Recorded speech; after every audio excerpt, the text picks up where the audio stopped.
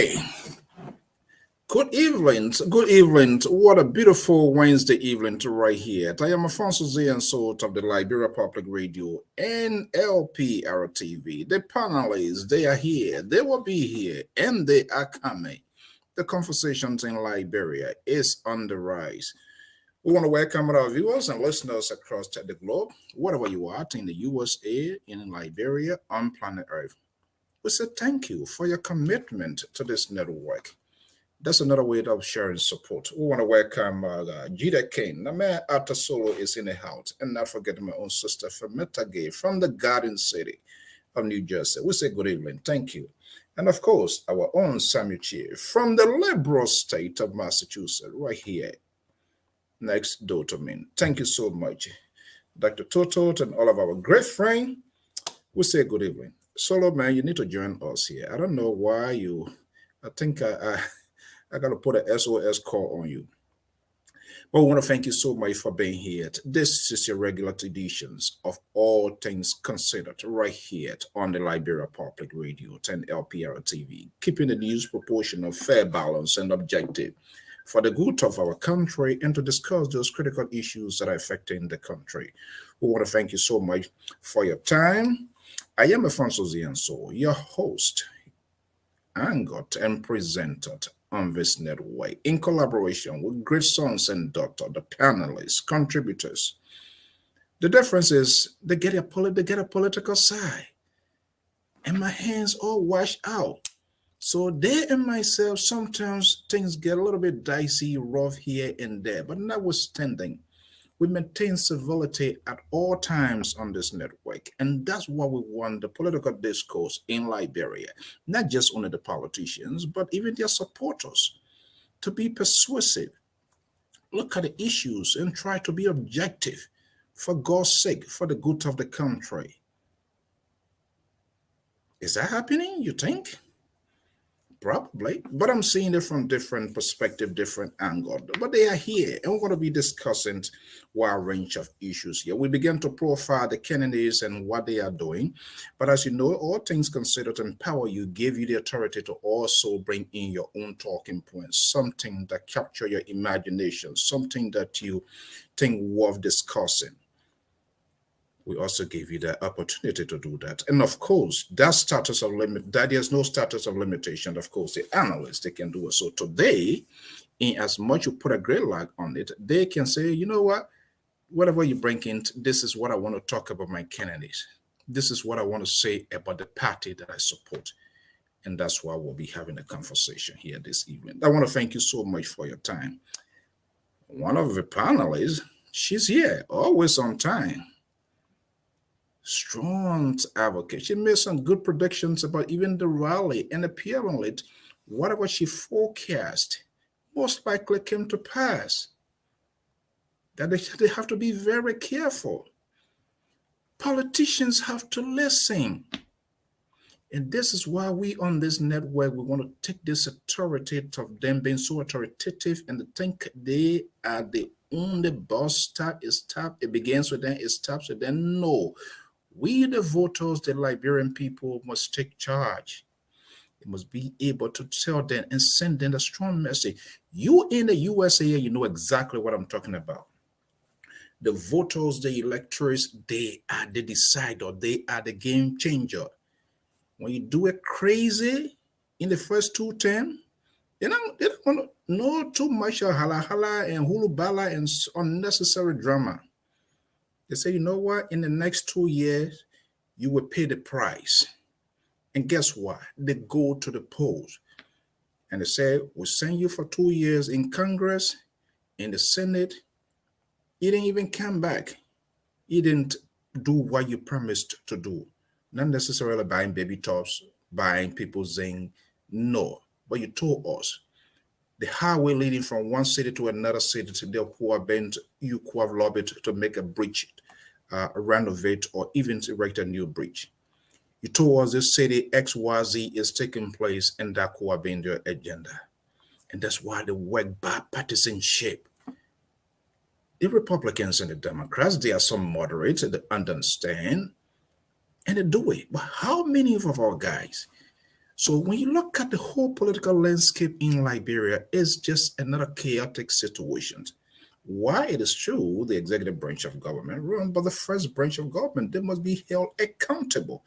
So this next year will not be only electing president, but we're going to be electing 73 men and women potentially that are going to be contesting. They should hold the executive branch accountable. The proxy at our affairs, we're going to give them that authority of Anthony. The lawyer here going to tell, or maybe why it really mean to have that authority. You let them, you're not going to go in chambers when they are voting you. No.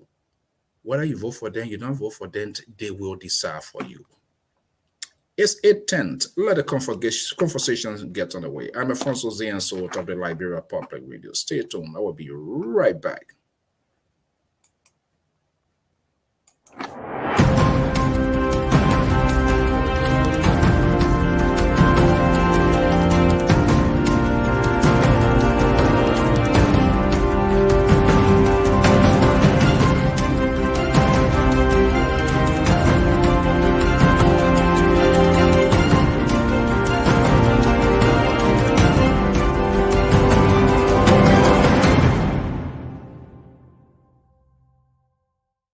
Let's get a ball rolling. Let's rank in our senior contributor and analyst of the Liberia Public Radio. She based in the Garden City of New Jersey area, or actually from the Commonwealth of Virginia. I'm not sure why I like the Garden City. Usually we get pepper from there, so I used to it.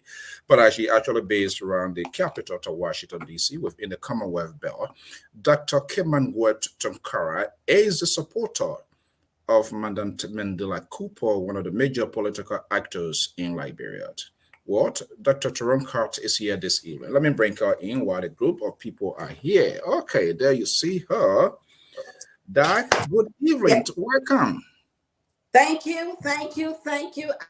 I think, I grew up in New Jersey. I grew up in Trenton. So I think my phone number is 609. So that's why you love Jersey. Yeah, I think so.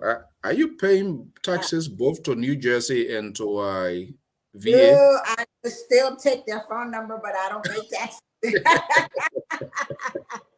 Because I ready to report that to the state. Okay, let's start on the phone. How is everything so far? Things have been going good. I spoke to Madam Cooper today. She's in high spirits. She is ready for this game. She's focusing on ground roots. So we are all getting excited. I think we end in the year. I think once we get into the new year, we're in game season. Like FIFA just over the football match, the soccer match is just over. I think we're about to see some really great matches on the political site. So absolutely, we're good. We're getting ready for Christmas. Family's well, so it's good to be here today. Thank you so much. How was the birthday lady? How was the surprise birthday lady? It was the surprise anniversary. Okay. Excellent. She was so surprised. They all were surprised. My dad, everybody was surprised. Wow. Yeah. So it was the thing. My office had every year, my law office, because I have my own law firm. I have one in Maryland, one in Virginia, and I just opened another branch in Texas and Dallas. And every year we have Christmas party for the staff. Mm-hmm. And it was just one of those funny things where when I walked in and they all had these glasses, I thought they were just, drinking sodas and stuff. And they were there drinking alcohol. They were drinking the red cup. They were catching that in the middle of the afternoon. I have to just send everybody home right now. Wait a minute, Dad. Christmas, hey, Jonathan, good evening, welcome. Why would you be thinking grown-up men and women drinking, they're going to be drinking soda for more diabetic and all of that? Are you serious? I don't know. Okay. But we will have a conversation off camera on things that we do if it is not against the law. We need to get it out there. I think people, we have people, librarian people to tap into people expertise. But we will talk off camera and see what can be and what can be. And we want to make sure follow laws on the book too, because we have followers. So who knows? Some of the services it can be tapped into, but we're going to have that discussion off camera and see what can we talk about or what can, so that way we on track. If that's something to you. Absolutely. I mean, we do immigration. One of the things that I started doing Liberia to make sure, especially when people are filing, and I'm not trying to promote myself, but why can't we do it? No, one of the things I'm very much interested in, especially for Liberians in the diversity visas and people who are filing, there are so many other visas besides seeking the B1, B2, which is the tourist visitors visa. And so a lot of other visas that we're qualified for. So one of the things that I was speaking to Magdala Cooper about is establishing a training base where, we're able to bring people who want to come to the United States or for a visit or for what other reasons, so that they understand the process, how it works, and then training them so people are not scamming them. The State Department was very high in the level of scam where people are, especially in the Ghana, the West African countries, they were taking money from people who are so desperate and saying it will help them fill out this paperwork. So when I went to Liberia, one of the things that I started discussing with some of the people around the consulate was to implement programs and start training and start helping people to properly fill out some of these applications to come on other types of visas instead of just B1, B2. So anyway, like you said, that's another. Okay. I'm an immigration expert. You know what? We gotta, and that's why we gotta make people to make wise of that. But like I said, we want to talk, and we're gonna do everything possible to elevate that, so that people can also invest in their own people and be able to get a good sense of direction. So I think it's necessary. Some of us doing different things, and so we will talk about that. And we're doing some promo for another group of people here at some point in time. So why not? You giving back to this network? We got to. I don't have money to pay you. 2 hours here. Where do I get that kind of money to pay a lawyer to sit for 2 hours or 1 hour 30 minutes, and while I can reciprocate and get? Okay, Jonathan. Good evening and welcome. Hi, Jonathan. How are you? Yes, how you doing, Dr. Toronka? Oh, we've been having a good time.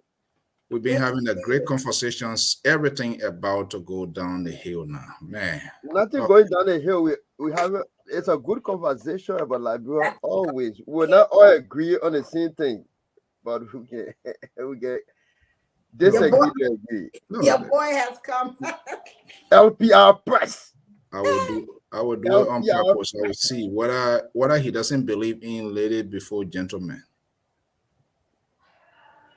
Yeah, he win me this time around. He's not talking that. He's not talking. It's not guaranteed though. It's not guaranteed that. Okay, the Liberal Progressive. Good evening and welcome. Good evening, Mr. Soul. Good evening, Madam Birthday Lady. No, that's not a birthday lady. Birthday lady. Oh, I'm sorry. I can take gifts. Okay, all right. Oh, Doc, good evening, Doc. Good. Sorry about that. That's okay. Jonathan, good evening. Okay. Good evening, Mr. Good There evening, we go. Mr. Okay. We started a conversation yesterday. That you said you talked to your potential candidate today. How is she doing? She's in high spirits. She's ready for 23. She's getting ready for 23. She's been doing a lot of underground, grassroots connection with people, but her spirit, I was mostly concerned for her spirit because I serve as a dual role for her. I'm also, I was ordained as a minister as well in 2019. So one of my biggest role with her is to build her up in prayer and build up her spirit. And I think, when other people are, they have other people who are surrounding them, praying for them. She needs someone also and people around her who will fortify her in prayers as she enters into this very, very, very concrete jungle that she's going to. So her spirits were good. I really like the fact that she's looking forward to the race, because this can be a bit overwhelming. So she said, I'm just ready to enter 23 and start kicking that ball down the hill. Wow. Okay, as you guys note, Wednesday is All Things Considered. There are other things some of you will capture during the week, and that could just slip by me, not on purpose, but maybe I didn't see it as something. So I definitely everybody can speak from the belly button here this evening on some of the things. But we started a conversation yesterday. One thing, all of the opposition, they agree on that in one tone, one language is this president will be a one-term president. But saying that is insufficient. How will it happen? How can that happen? Who can make it happen? Can it be done singly with a single political party? That's the million-dollar question, because we are not seeing the kind of consolidations as an opposition, even though they agree on that as a cardinal point, that he should be one-term president. But in real world, in real time, not one single party, for now, for what I know, I could be wrong, that can defeat this president. So yesterday we started with, was that Boyka? Yeah. So we're going to look at Councillor TIAWAN GONGLOE this evening, his path. And like I said, there's no nail on the head with this yet. You can choose to also, all things considered, you can also choose your conversation. By the way, our West African brother country, the Federal Republic of Nigeria, will be having their election in February. As a matter of fact, from the INEC official website, 65 days to go. Their website is 65 days, 11 hours, 38 minutes, and 13 seconds. Can you imagine? I mean, it's just lay out details. 18 registered political parties. If you are ordinary Nigerians, you can track where you will vote. You just go tap your name, put your name, it tells you exactly this website.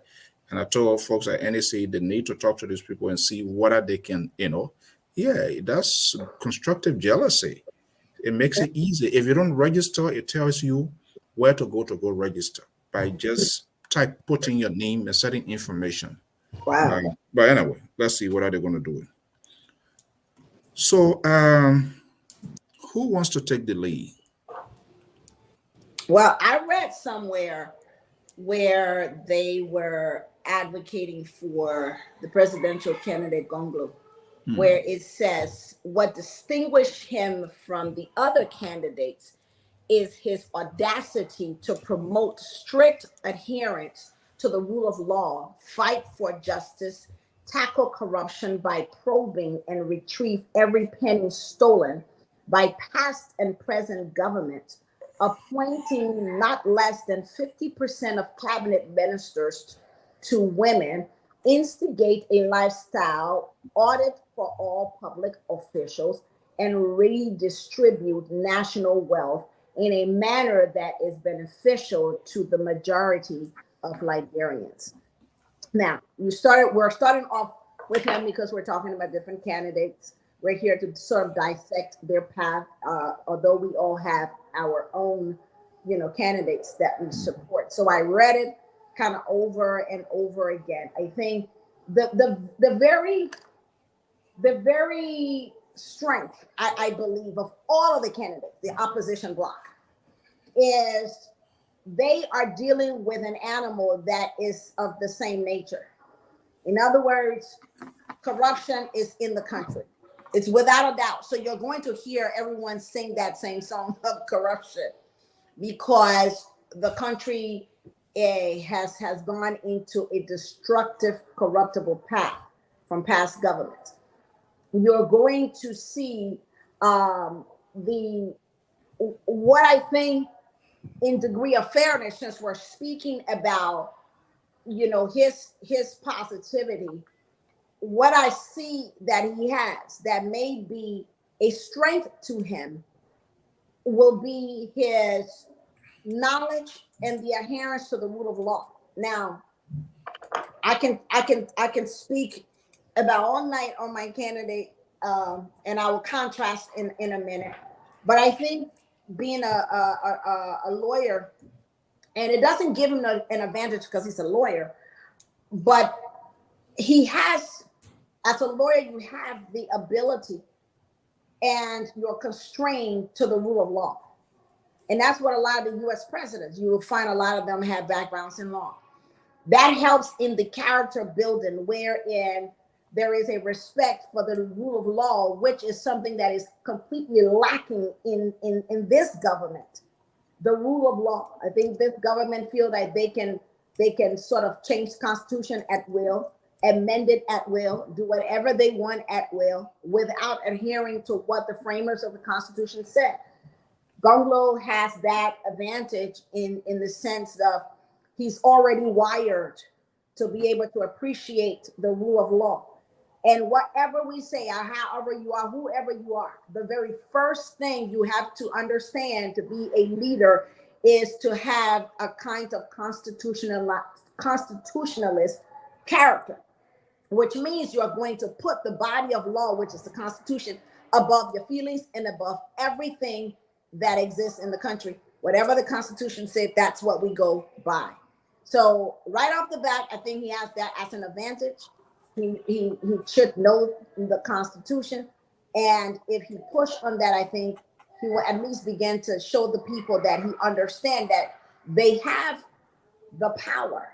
See, the thing is, the Liberian government now refuses and to understand in previous government that in the Constitution, the very source of power is solely in the people. It is not within them. It is within the people. And someone who can understand that, like even though we're talking about, GONGLOE now, but one of the things that attracted me to the brain and the knowledge of Magdala Cooper is because she understood the Constitution, and she knows that the Constitution gives the power to the people, so the people execute that power. You work for the people. But in the government now, it seems as if that the people work for them, they do whatever they want, execute whatever they want, and it's at will. So I think, again, GONGLOE, if we're on him and speaking about his path to the presidency, that's one of the things that I would say he has some edge, because if our people will understand that they have the power, they will know that they will vote for the right person, which in my case, of course, will be Magdala Cooper. Okay, quickly before I go to the guys, but the question now, can he and his Liberian People Party can singularly defeat the sitting president? Does it need collaboration? Does it need some sort of alignment with other political party to do it? Well, in terms of collaboration, I don't know what is in his mind. I don't think he can single-handedly do it, just because, with the demographics of people that you're dealing with, especially in the Liberian people, again, you cannot win election without the votes of people. So in order to reach the people, he is an astute man. And I think as smart as he could be and is, I think the degree of his smartness may sort of shield him from the very grassroots of the everyday people. So that is something he's lacking. He may have to collaborate with other person to take him there. I don't see him doing it single-handedly. For the simple reason is, as brilliant as he may be, I don't see him having the ability to reach the people, especially the grassroots people. The grassroots people. Okay, so we're going to have our friend here. He's strong. He said he's a constitutionalist guy. Atasolo, he's going to be joining us here this evening. So let me go to the liberal. Yes, Mr. So. Good evening and welcome. Look, and we are finding all possibilities. Everybody say they will win George. They will be George. They will do this here, but how will it be done? Councillor TIAWAN GONGLOE, we're going to be talking about, of course, you can bring other stuff too as well, all things considered. What do you make of him? Well, as far as I'm concerned, he's a decent a good human being, well structured, good family man. This is a person that I consider to be the Pyramid of Liberia, who will take on cases that many people would think that they plaintiffs or whoever that is going to be representing is doomed, and then he will come up based on his legal strategy, and most of the time try to win the case, fight for the poor. So I think he's standing a very good chance. However, knowing what I do know about Liberian politics, I think any one of these political leaders, they're not that they are unable to challenge the current government and its leadership. They can. But however, the fact that they're able and can does not necessarily translate to winning.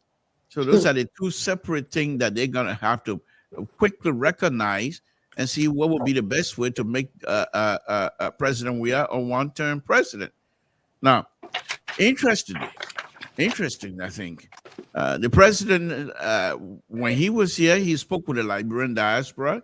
I wasn't there, but some of the stuff that I'm reading, if they are true, some of the comment he was making is that he liked for Liberian diaspora to join him in Liberia to make sure that Liberians enjoy some of the fruitful contribution that the Liberian diaspora makes in the United States and in other places in the world. However, what I didn't hear from the president was that maybe he has spoke about that, but I never heard it, and maybe he did.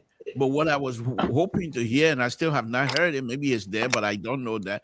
That was there to see how the Liberian diaspora that he's quoting to come to Liberia, are we not able to vote in Liberia? What is this message? How is he working on that? And I heard today on our sister network, Chairman Musability of the CPP Liberty Party, it's saying that in a very short term, they will be taking the matter to the court. He quoted the Constitution. And I think that was very interesting. If the president, on one hand, can say Liberian diaspora are capable of helping moving the country forward, but stop short of encouraging and trying to even pass the legislation or whatever is going to be needed for us to vote while we're here in the diaspora. I think if that happens, that will be a game changer, to be honest with you.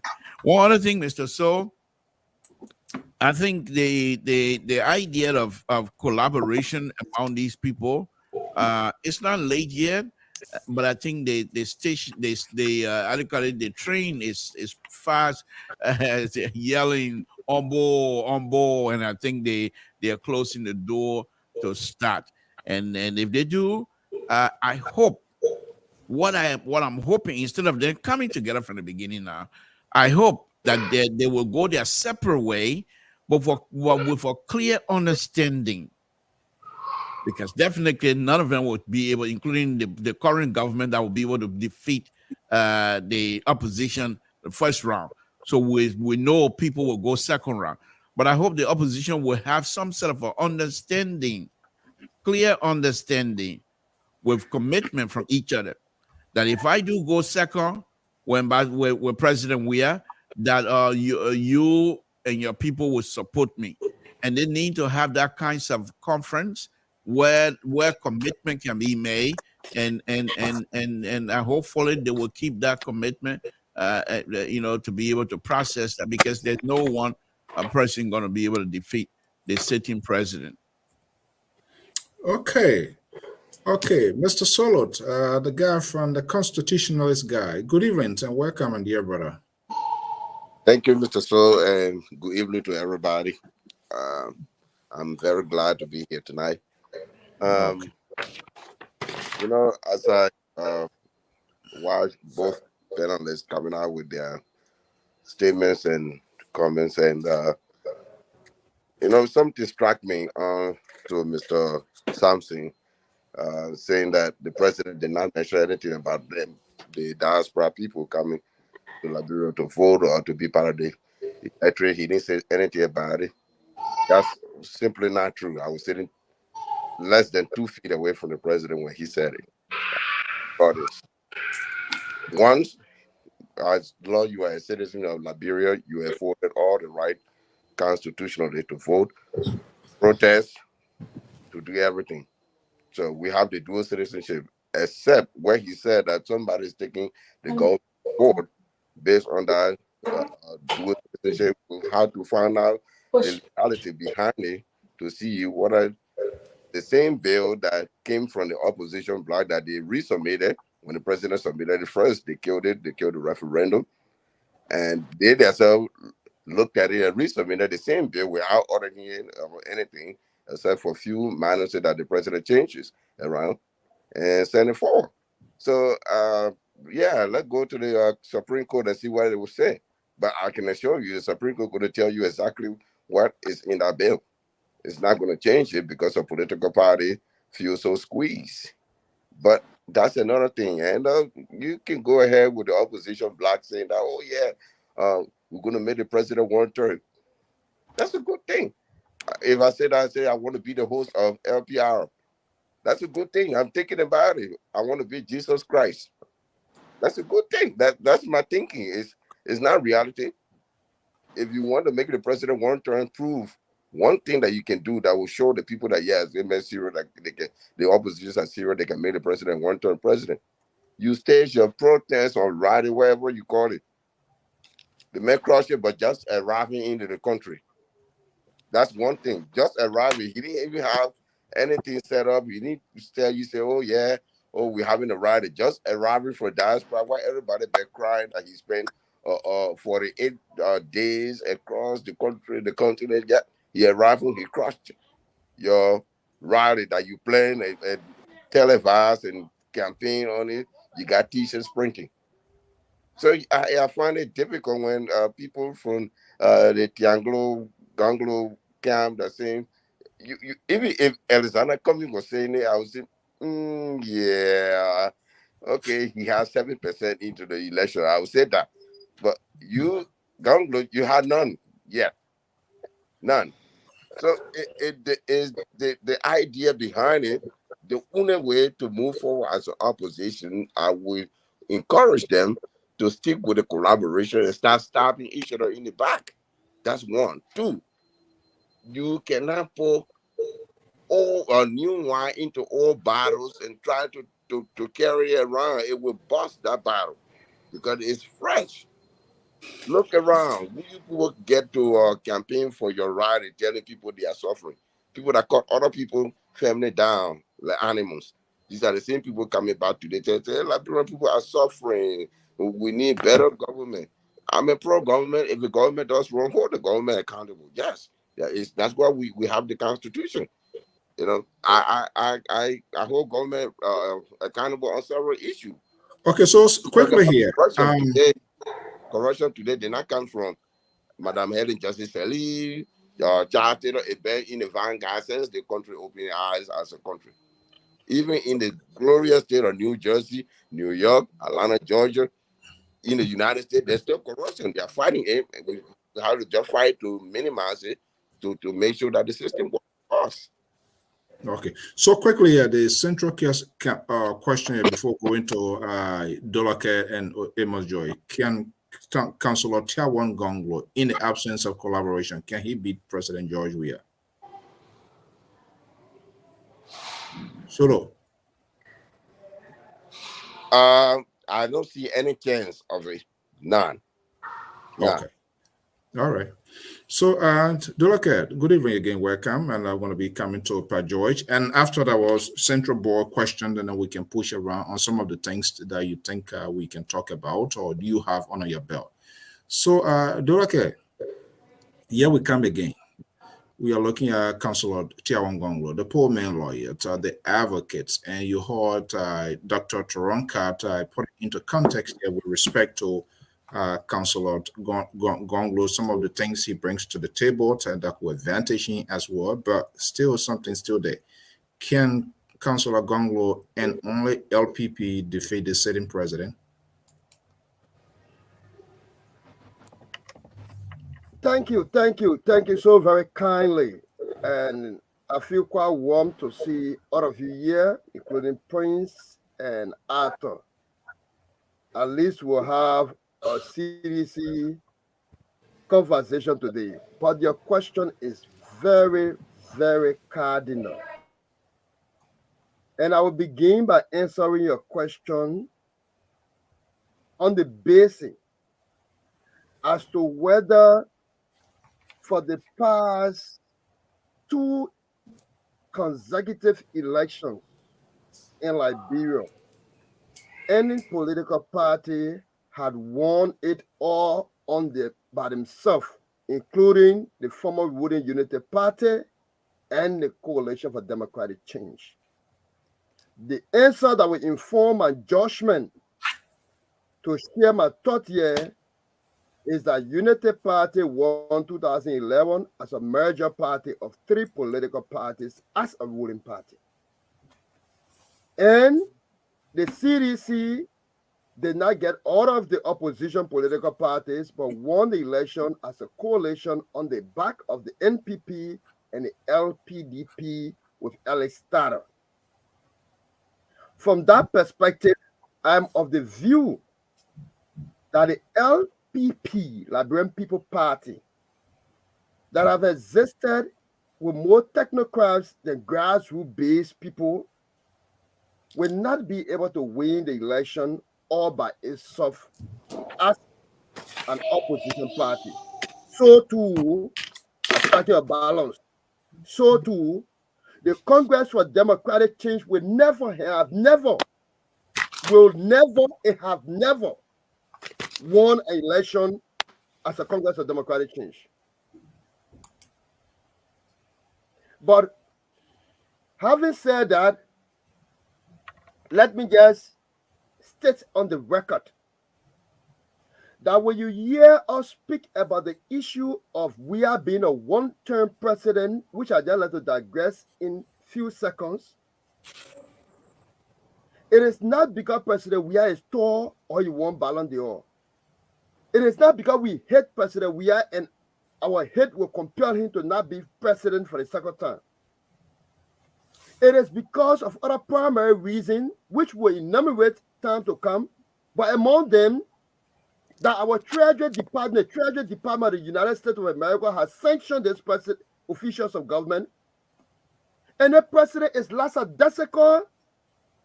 The president is a laissez-faire leader who has given us no committee that leads that investigation and a timetable to execute, and even requesting the Treasury Department of its expert in order to adjudicate or render judgment through investigation and provide findings.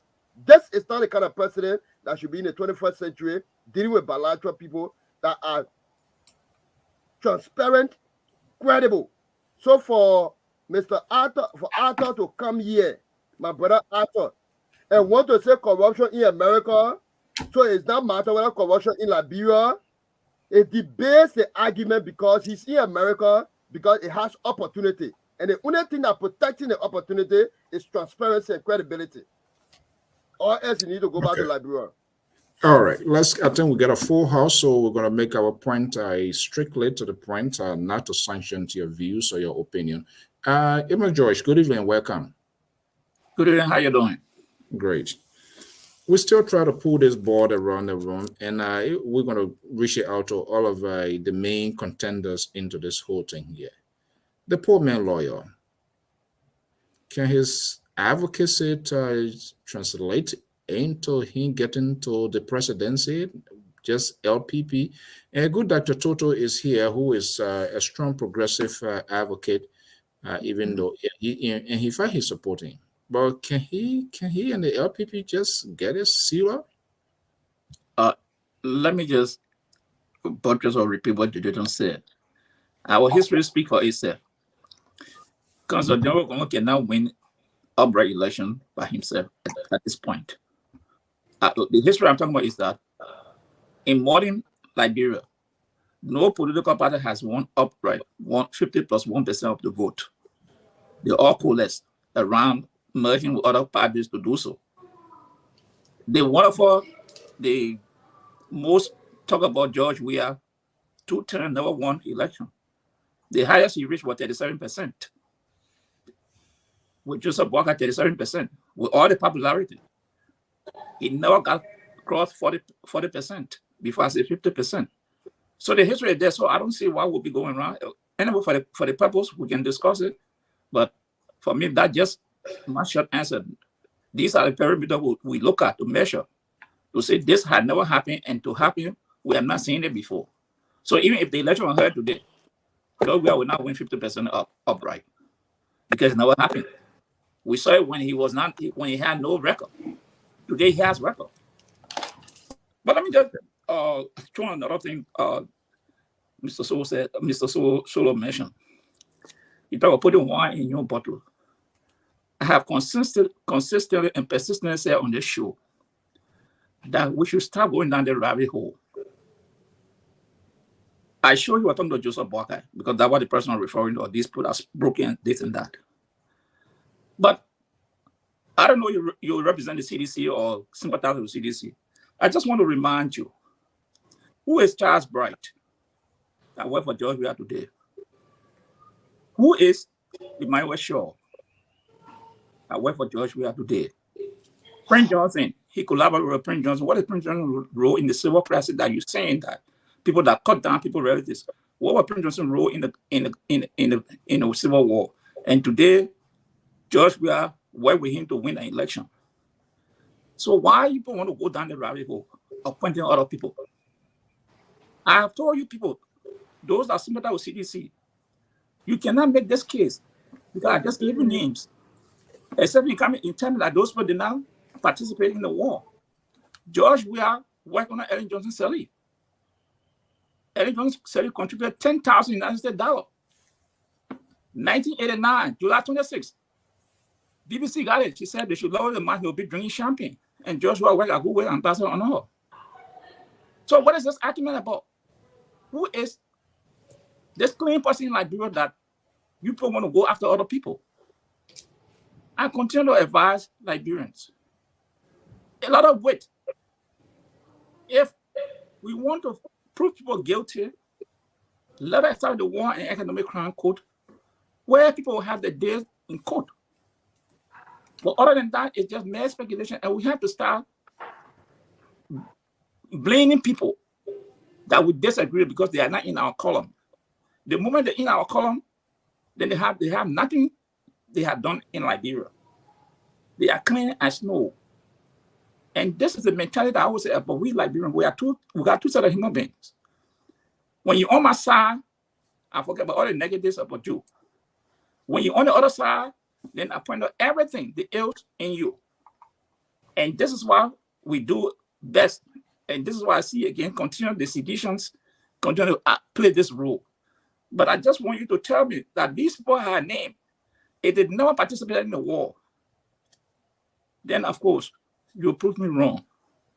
Let me just leave it at that point. Okay. So, All right. Let's we get a crowded horse here. So please take notes if there's any specific thing you want to record, but let's give it to everybody and let's just get strictly to the point. Dr. Toto.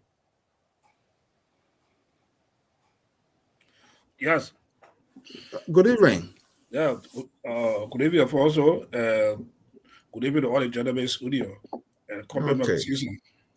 Wish you the same. Good to see Your guy is in a hot seat here this evening. Only our hot seat. I'm not sure the temperature of that seat. That for sure I can't tell you. But this whole thing, I don't know what's happening with Kamara. Listening, he been wanting to come. I don't know what's happening with his system. Check his system. Look, the counselor, extraordinary record, his advocacy, and Dr. Taranka just pointed out as well. But do you think, looking at the political landscape in the country there, can Councillor GONGLOE and the LPP do it to get this to the finishing line if they do not create some sort of union to solidify their political base? First of all, as I said some time ago on the show, yeah, if you look at the faces of the various political leaders that are vying for the presidencies in Liberia, why it is true that the pathway, the problems there may look difficult. But if you look at the caliber of people, I think the LPP and the council stand a better chance among all the candidates that vying for the big position that they all running for Liberia. The council stand a better chance, but some will be welcome, somehow, some days will be welcome. And to after making some comment, look, when it come to moral compass of individual that contest in the election here, I think the CDC after they should get for all of that debate. Let them leave it with us, with the opposition, black. They will deal with ANC about it, or the CDC, but CDC should get out of that conversation because they had no moral compass to even question the people that Alexander coming along with, because they carry the heavy baggage of it. So let them get out of that conversation and leave it all with the opposition. Now, if you look at all these, people, the CDC side, the ANC side, who is there? The councillor. And the councillor is the one that already scared to make that big difference. He has everything to bring the change the Liberian people need. And we still believe for the progressive that people are arguing a lot to say the progressive are not winning election like the progressive are not doing anything. But I think this area, the Liberian people need to get it straight down and understand that the pathway for good leadership in Liberia lies in the hand of the progressive or the LPP. And our people continue to make the mistake. They continue to go down the pathway or different. At the end of the day, they all regret. They did it first with Charles at the time. They regret that. They did it about any justice at the time. They regret it. Now they do Joy we are. They are regretting again. The pathway to a successful leadership in Liberia lies in the hand of the progressive. The progressive have been there before. The progressive have been tested before when it comes to the economy in Liberia. When it comes to change in Liberia, when it comes to multi-party democracy that we enjoy today, everything the progressive fought for it that we enjoy today. But for instead of them putting the big ball in the progressive here, they continue to stay for it, and then they are being hit. Each time they are being hit against the wall, they will come back. The accidental tail law of emotion. Each time they be hit against the wall, they come back. But this is the time that the Liberian people can clearly see that the progressive has the leadership skill to lead that country. We see the council that go around, council that making a lot of move around the country. And the popularity of George Weah, that's why I told somebody we shouldn't be carried away. George Weah came from abroad a few days. People printed t-shirts that they gave it to people to go work on here. Don't be carried about the thing. Those are all political rhetoric. When the dam is scarce, that's the time you know where the Liberian people already stand. People are tired with George Weah leadership. They are completely tired with the leadership here. The leadership is one of the most failure leadership that Liberia ever produced. And the people are feeling the pain of it. They know. The people know very well they're feeling the pain. But they don't want to come or so nobody should be caring about George Weah putting free people on the street in the center. No. Let enter election period. That's the time you know. But the progressive have the clear path to lead this country here. The other thing, we just want for our other opposition brother, the ANC, and other guys to join on board and make it or want to knock our ticket for George Weah. Okay. I don't know what's going on with Kamara stuff here. Okay. After hold your peace, let me go back to Dr. Taranka and let us do with you don't necessarily have to speak to A if there are other things that you really want to talk to. Dr. Tankara, there's a big divided house. Divided house in the sense that everybody is standing their ground. And that could make it possibly difficult because everybody seems to be the right person. I'm not sure we can't rule it out that as they will not come as to whether that consensus will take place in the dying minute. But what should they be focusing on now? If they have one central point goal to say, okay, we don't want this guy to continue, but nobody's willing to make that sacrifice.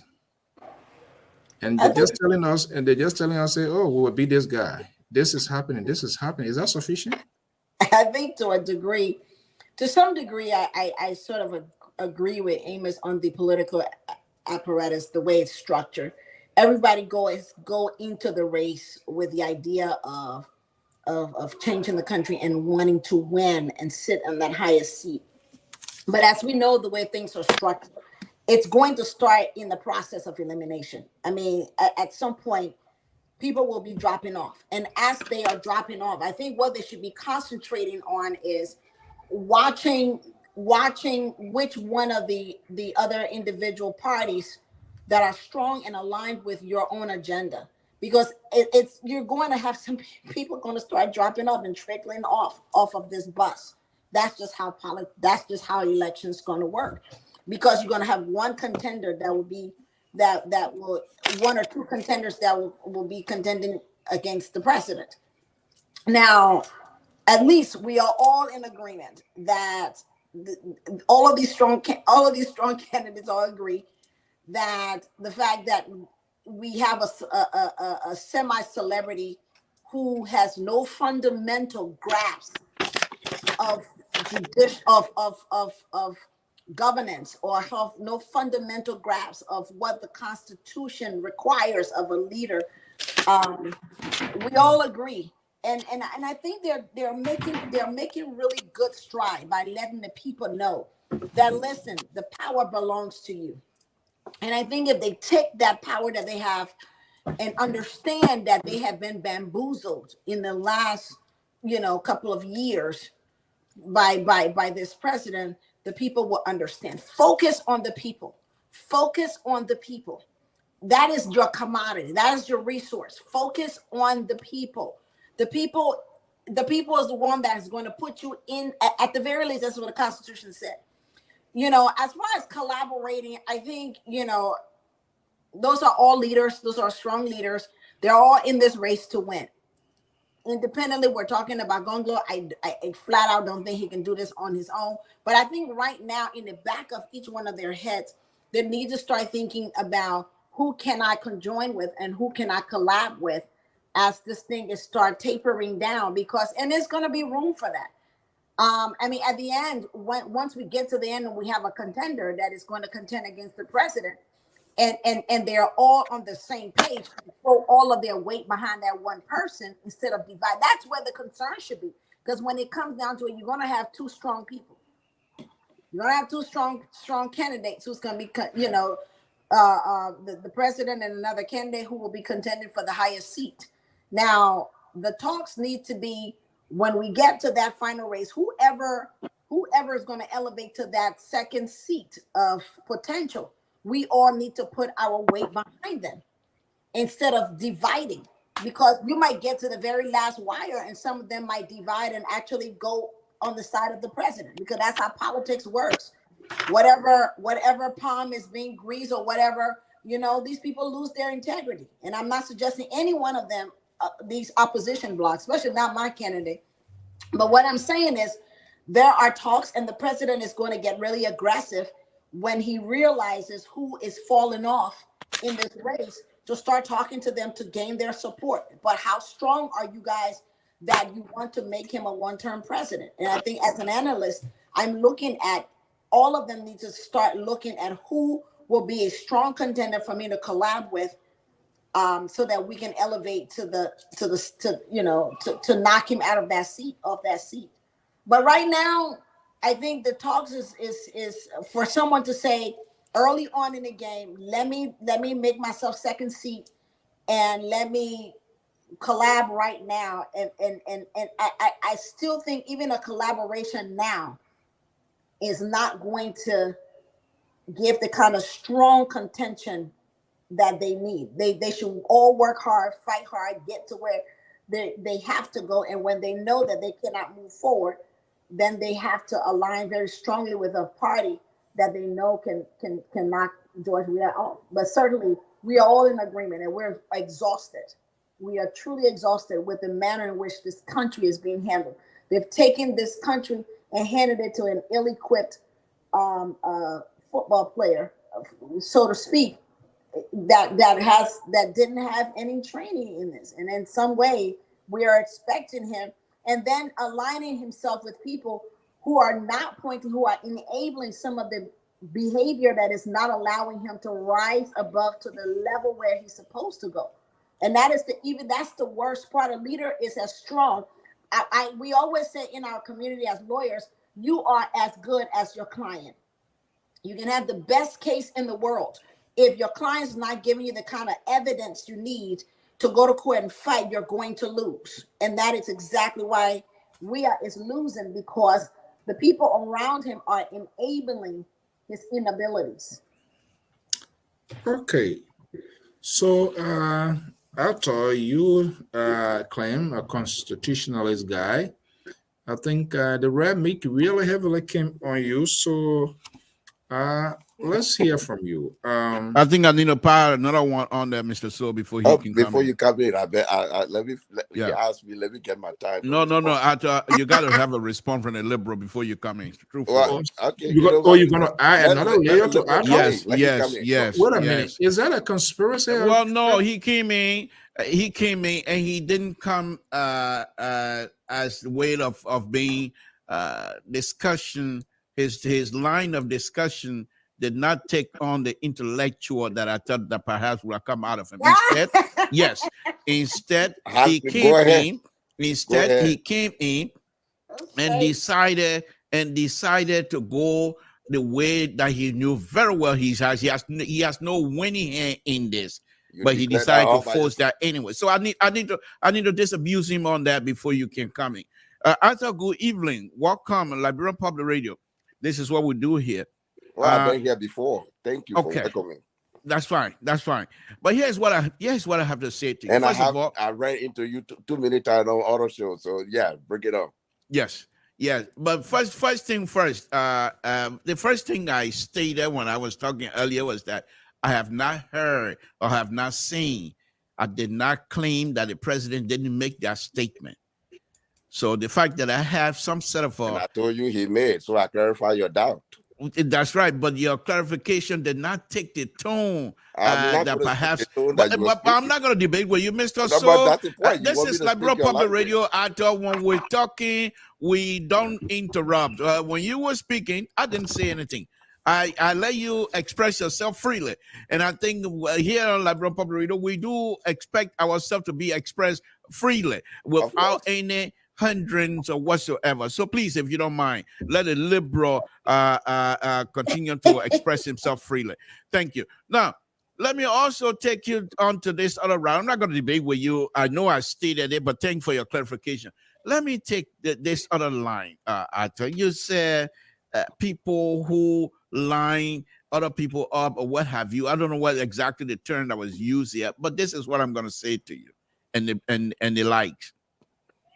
You can't come into this debate holding that line up when you have the former president's wife standing by the president when he's saying we're fixing what the people broke. Who broke what?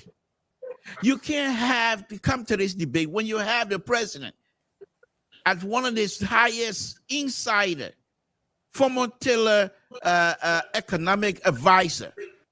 You can't come to this debate when you have somebody who is sitting by the president and you're talking about corruption everywhere. You have somebody who saw the plane of the Republic of Liberia sitting in the office of the president as an advisor.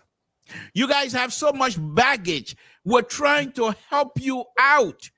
We're trying to make you to be the Liberians that we want you to be. You can't come here and try to, because when we start enumerating all of the baggage you have, all of the unforced error that you have made over the years, you will have no place to stay on Liberian Public Radio. However, I will do myself a favor and do you a favor as a Liberian and say this is the place where we come to discuss an intellectual issue.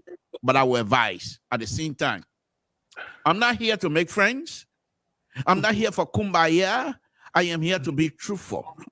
And from that perspective, actor, welcome.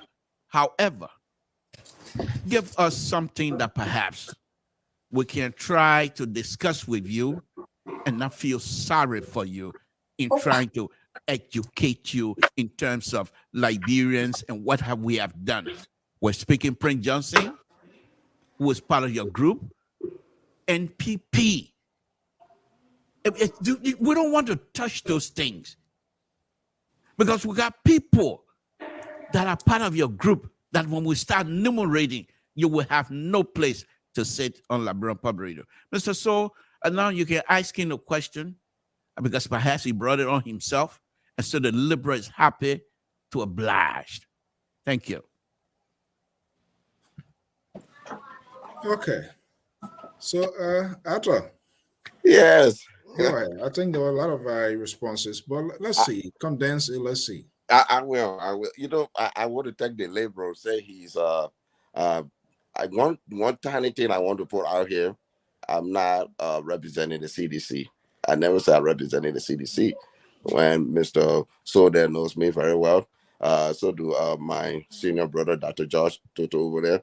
Yeah, I'm a pro-government. He and I been on some other platform, okay? But I'm not. You pro-government?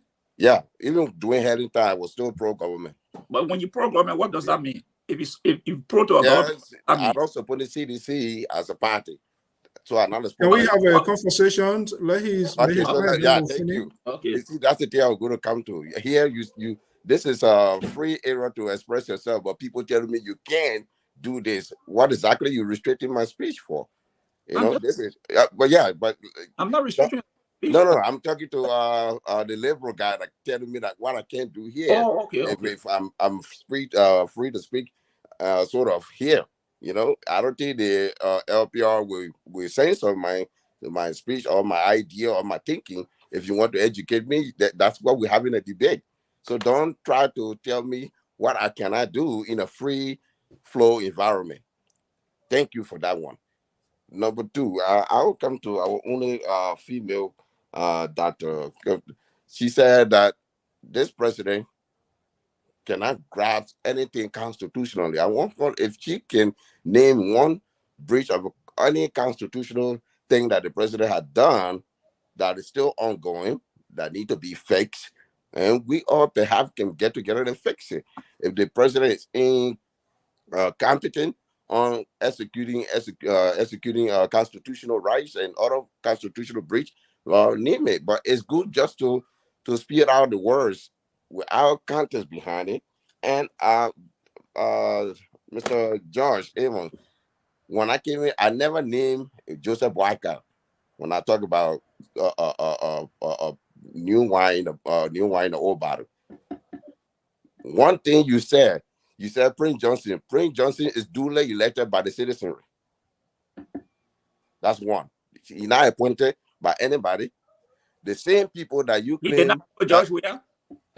Let me finish. I said Prince Johnson don't work for George Weah. He was elected by the people. You don't work for George Weah. He's a senator. This is the place that you people get clouded when it comes to people's constitutional rights. You know, the reason why I mentioned that saying, if you were to ask me, I would explain it. For years upon years, the ANC believed that Joe Weah and his criminal guys are all criminal. He's the Mr. Clean guy. Good, we got it. If you were Mr. Clean guy, how can you bring back the old dogs that were in the backyard biting people? That's the point I was making. But you're flying all over the place like, oh, you got these people. Yeah, but that the people we got when AMC said that we were criminal and we sort of accepted it, right? You're talking about the vice president, the former constitutional person. Well, that person duly elected, except if you can say he was not elected, Charles Taylor was not elected. Charles Taylor, after the war, he was duly elected. So I don't know the argument here. The Madam Jewel Howard Taylor that you're talking about, she was duly elected by the same electorate that you're talking about. This is why I find it very much confusing when you say, oh, we're going to make the president a one term. It's a good thing to say. Like I said, I can come here and say, I want to be the host of LPR. I want to be the new Muammar Gaddafi. I want to be the new Daniel Cormier of the USC. I can say all that, but that's just my own unilateral thinking. The reality, maybe the doctor did not understand that she said, oh, yeah, she have an immigration background, so do I. You know, in the United States here, a CBP officer alone without a judge can throw you back to the country you came from without any reason but his or her reason. Based on her own or his own review, can deport you. They don't need a judge for that. That's what I was saying. You're talking about, oh, yeah. Sanction, you and I know is not like to say that, oh, that let's say Mr. So invited me in a house, I'm supposed to go there and say, you know what I just saying? You may plow with George Toto, don't come to my house. Okay? If I don't go to your house, so what? Because we are so dependent on the Americans. That's why, and we want to keep the country calm. So if something happened, everybody run to the American embassy. Everything that happened, we don't go to the ECOWAS. We run to the American embassy. We don't go to the AU. We run to the American embassy. But tackling session, you, Dr. George Toto, Dr. Kiman, even Mr. George over there, tackling session can be anybody. It doesn't require to be proved or proven by anybody. So I'm very confused on things that you were yelling about here. Yeah, but if I even want to represent the CDC, as all of you align yourself, I don't see any impeccable evidence that you show tonight that, oh, yeah, we have this. Let me give you a little bit of advice on collaboration. When you want to collaborate, even the GONGLOE man you're talking about, what I would tell you, Cummings can do better when he extricates himself from the rest of the party and join TIAWAN GONGLOE. You know why? Because he can use that advantage and point them out at the time and say, you know what? These are the same people that bear in there. They don't do anything good. I'm a new guy. Give me a chance. And people will be swayed by it. So you from the ANC side, that's what I have to advise you on. But all those things that you name me, all the people that you name me, that enjoy we administration, these were the people that Alexander Cummings referred to, the ANC or the CPP referred to as criminal. We say, okay, you were not the criminal guy, you were the lawyer guy, the lawyer lady that have all the good credentials. Your first people to lead your campaign, that people that shoot wife, husbands, and take their fathers away from people that we even know. If you want to tell me, oh yeah, don't go down that rabbit hole. Which rabbit hole should we go down to? Tell me, which rabbit hole? The one I'm still speaking, Mr. George. I'm still speaking. When I'm done, you will come. Uncle George, lead it, man. I'm finish with that thing. Yeah, let me speak. Yeah. So tell me, what kind of rabbit hole you want us to go into? Just cover it up in the dirt in the background. Don't talk about it since it's on our side, right? But it's weird that he killed a fly. Oh no, he's a bad guy. He's incompetent. He's inept. He's in debt. He's not treating the country right. The country is broken because of him. Tell me the last GDP that the country had that was growth or passing the GDP under any government. Name it. Zip. Nothing. But all you throwing because maybe you want the ending era, what consultants were making $100,000 a month. Or maybe it's bad for John. We have to say, look, let's harmonize the payroll that somebody in River G, a nurse in River G County, can make that same 150 as the nurse in Moravia here. Or the secretary for the director general in some office can make the same $3,000 across the board. Or maybe the justice department or the justice system the employees should start paying their taxes too, because it's been a long time they don't pay their taxes. Maybe that's what Dr. Kiman was referring to as maybe the main constitutionally breaching thing. Or maybe what we talk about the what is it? Freedom Information Act. You can call the So is this no, hold on. Wait. I don't think we should do this. You know, you just we were are going to call in. Everybody had their time. Yeah, but he's taking more time. No, liberals there. I give you the time. Listen. You spoke first, and you said you wanted to add a layer. You went on and but I didn't. He's now you can't take you can't manipulate the time like that. And hoping throwing everything on the wall, hoping that it would stick. We can't allow him to do that. No. You talk about people not sanctioning people, and then you want to sanction people. I don't think that is fair. If I read it, I would call him up. But now you are intercepting into the conversation. I don't think that's fair, though. It's not fair. You were speaking. We gave you the time. You see, this is what we're talking about. If it's on your side, it's good. This is not a country, no country for old man head and wait till you lose. No, that's not how we do it. You have your time, you spoke, and I'm breaking out facts. For you, you just view the worst. There's no evidence towards it. So let us be on the facts.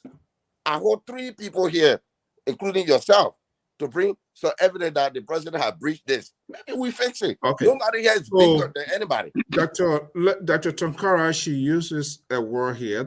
I don't know in which context, but that's her area. So, Dr. Tonkara. Toronka. Yes. So, you said something which I thought was responding to a constitutional breach. Is that what you said? Well, I never used the word breach anything constitutional. So I think he's misquoting me in that context. I never indicated the man is a constitutionalist. So you gotta remind him. I never said the word that the president is in breach of the Constitution. So I don't know. I think he said so much that I totally just sort of veered off in what point he was trying to make. What I was trying to say, I said it's lacking. I'm very big on understanding that when a leader gets into office, you hold the Constitution at its highest, and that doesn't necessarily mean you're knowing so much the details of the Constitution. There is a certain characteristics as a constitutionalist that you carry, and for example, I mean, I can't sit here and miss anything that he supposedly breached the Constitution. I don't think that would be fair in him, but holding the country above your interests, it's presenting yourself where you're respecting the Constitution when you hold the country's interest above your own interest. And that's what I meant. For example, I know the country has been buzzing. Everybody's buzzing about the absence of the president. I think that's holding, whether he left for the country's interest or his interest. I think the whole appearance of it, some of it appeared he was holding his interest above the country. I remember there was he got into New York, I believe. I don't remember the year. I was trying to kind of Google it. He got into New York and say it's good to be back home. Now, there's no sitting president that will go to in any country, even in jest, and would say it's good to be back home.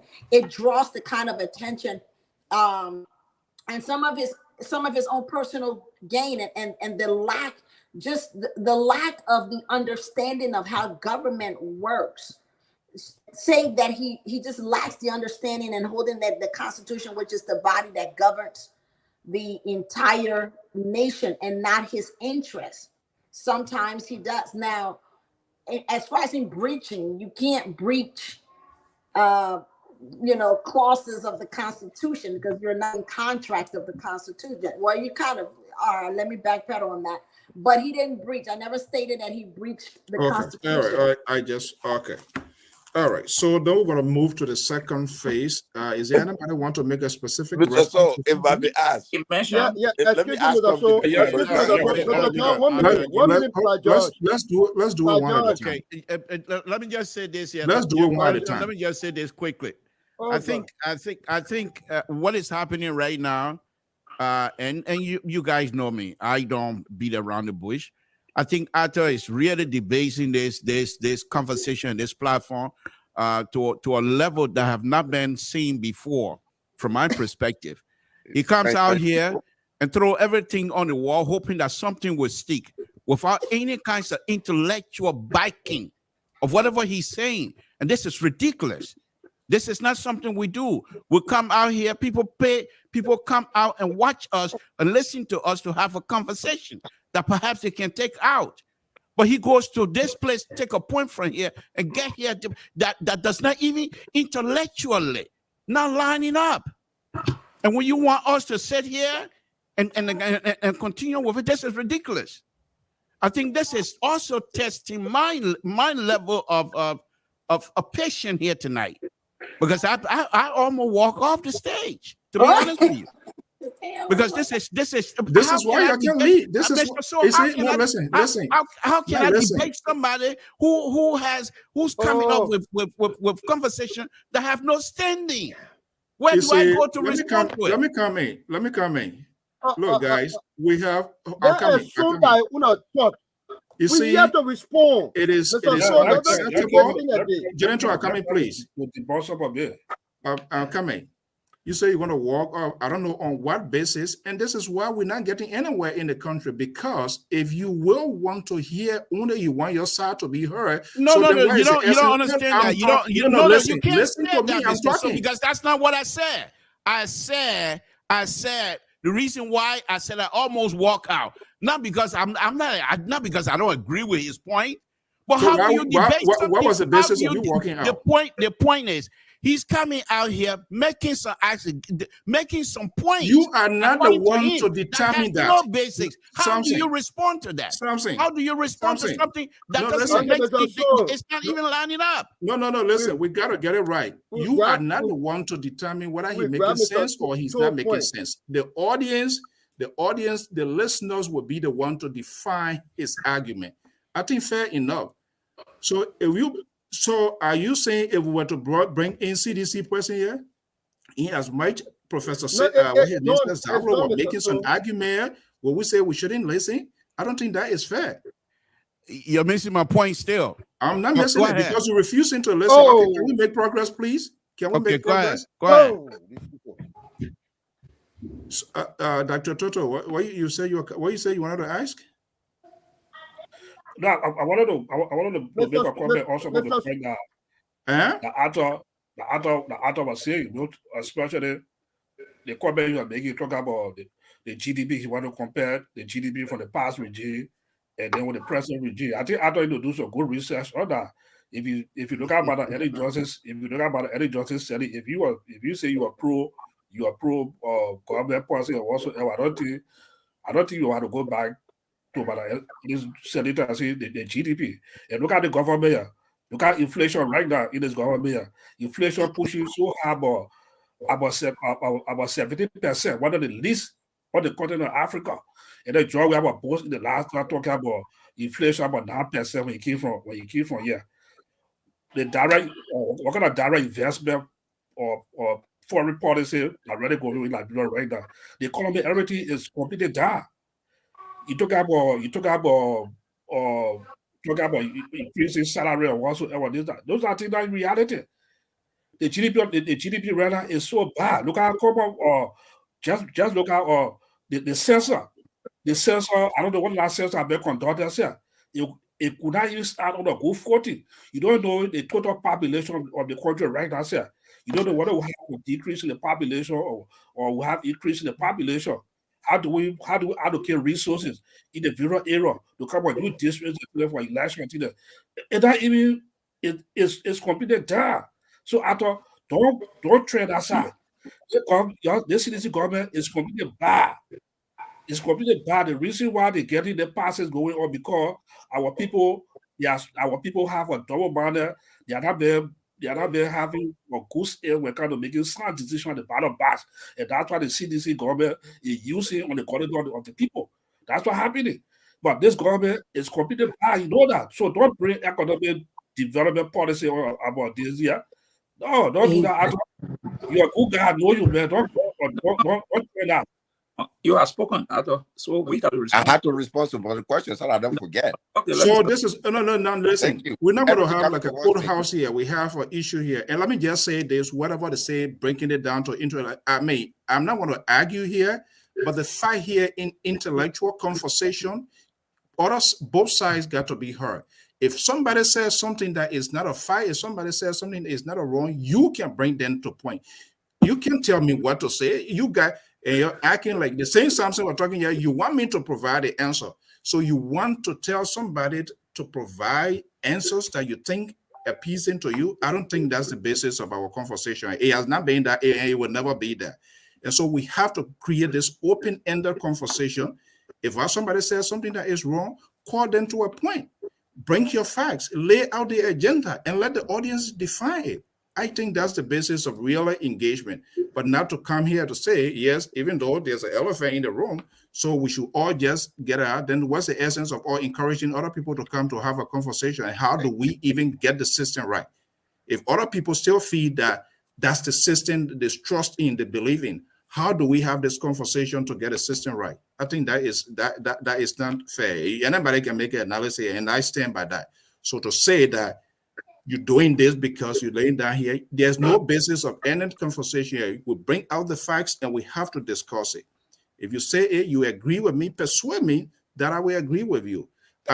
George, move on to your point, so we'll move to the next one before our time runs out. No, they move to the next one. I have my second time of the discussion. We do it one at a time. George. Let me respond to George and the no, I think the response will be, because there are other people who come, so why not just take note, and then when they're done, you can have your say. I have a lot of notes, but I might forget it. That would make me to go longer. So let me do it 2 by 2. So I'm the only opposition on the platform. If you do respond, it means that when you respond to that response, other people respond. This is your second time making comment that you are given fair chance. I've only made one comment. You know what? So you want to come back? Ahead. I'll respond to your response. Go ahead. We're not going to do ANC and George. We are respond to respond, respond to respond. Yeah. Everybody kind of like comments like that. Jeez, I see why the politics in Liberia going the way it's going. Now you see it. They are all people are unable to sit in the conference room to sort out the differences. Go ahead, Mr. George. Let me say this. Mr. So is mother during the show. And if anybody raises their hand and he said this, I think we should all respect it. That's why I've been quiet, listening to back and forward. And that is the pattern we have here. Mr. Arthur, let me first take your point salaries. You talk about harmonization. Today, there are people in Liberia that make $50, $40 to $60. Honor your harmonization you refer to. Go and check your Minister of Finance. The testimony is there. Last week, we feel like were in the street. So to say that to come and justify that everybody making the same amount, that is not true. The records are there. 1. 2, when you say you pro-government, what does that mean? For me, my definition is you support that particular government. But you said no. So tell me what a pro-government means for a particular regime. This is how you ask questions. You don't adjudicate. That's a perfect way of asking questions. So we gave it a chance. So you got to take note when people are saying stuff. So Arthur, can you respond to that quickly? Yeah, I want you to finish the third question. I can answer that all at once. Do you have another follow-up question, Mr. George? Yeah, I have nothing. You talk about, the president spoke about people's rights. If they are anybody who is born in Liberia is a Liberian. But it is not by talking, Mr. Arthur. Let me inform you. It is what is on the book written. The recent dual citizenship law they passed, it did not mention that Liberians will be allowed to vote. So even if the person talk it's not on the book, my brother. You have to go back to amend that. The Constitution, the lawyer is right here. That was not there. So you can't come and tell us, oh, the president said that. No, he can say it. But once it's not on the book, it's not done. Let me tell you now. You don't tell me now. Let me answer. I say you ask the question. Let me learn. I took note of you talking. Oh, man. That's why I thought you were trying to answer the question that you asked. No. I took note when you were talking. And that's how we do it here. Take note when I ask you, put this question down. So when you answer, when you read the answer, you refer to it and you do your answering. But I can't tell you, cut me off, hold on there. No, we're not in parliament. So the next thing you talk about, you say the president had not violated any law. No, my brother. The Constitution says every 10 years there should be a census. And we are going almost 10 years, 14 years, no census. That is a violation of the Constitution, Mr. Arthur, you don't know.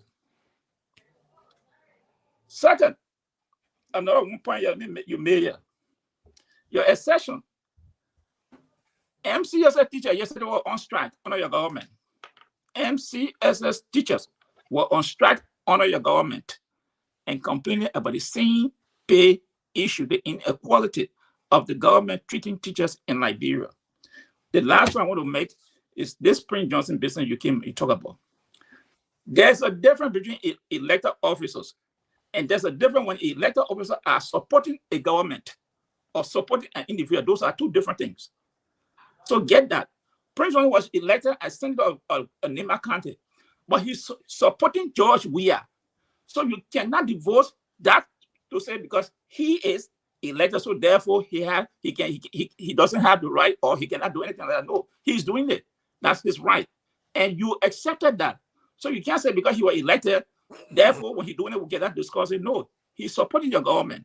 So therefore, those are the people who cause mayhem on us. And I continue to remind you, Mr. Arthur, that argument is not feasible. You cannot justify it because you said that Comey said there are people who are tainted. So therefore, you took the tainted people. That's a lazy argument. You cannot justify that for people who allegedly kill people because you're working with them in your camera, so you come to justify it. No. And that's why I told you that is a slippery hole. We should not go down that path because these people in government, almost 80% of them participated in government, directly or indirectly, that caused some destruction of appearance. So let me just end it there. Maybe you can go on. Can you respond to that, please? Thank you, Mr. So. And you know what? I'm getting to like Mr. Edward George. No, don't like me. Don't look. No, you know the reason why I said that?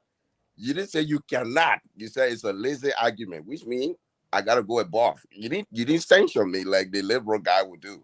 Now let me start with the issue that we have.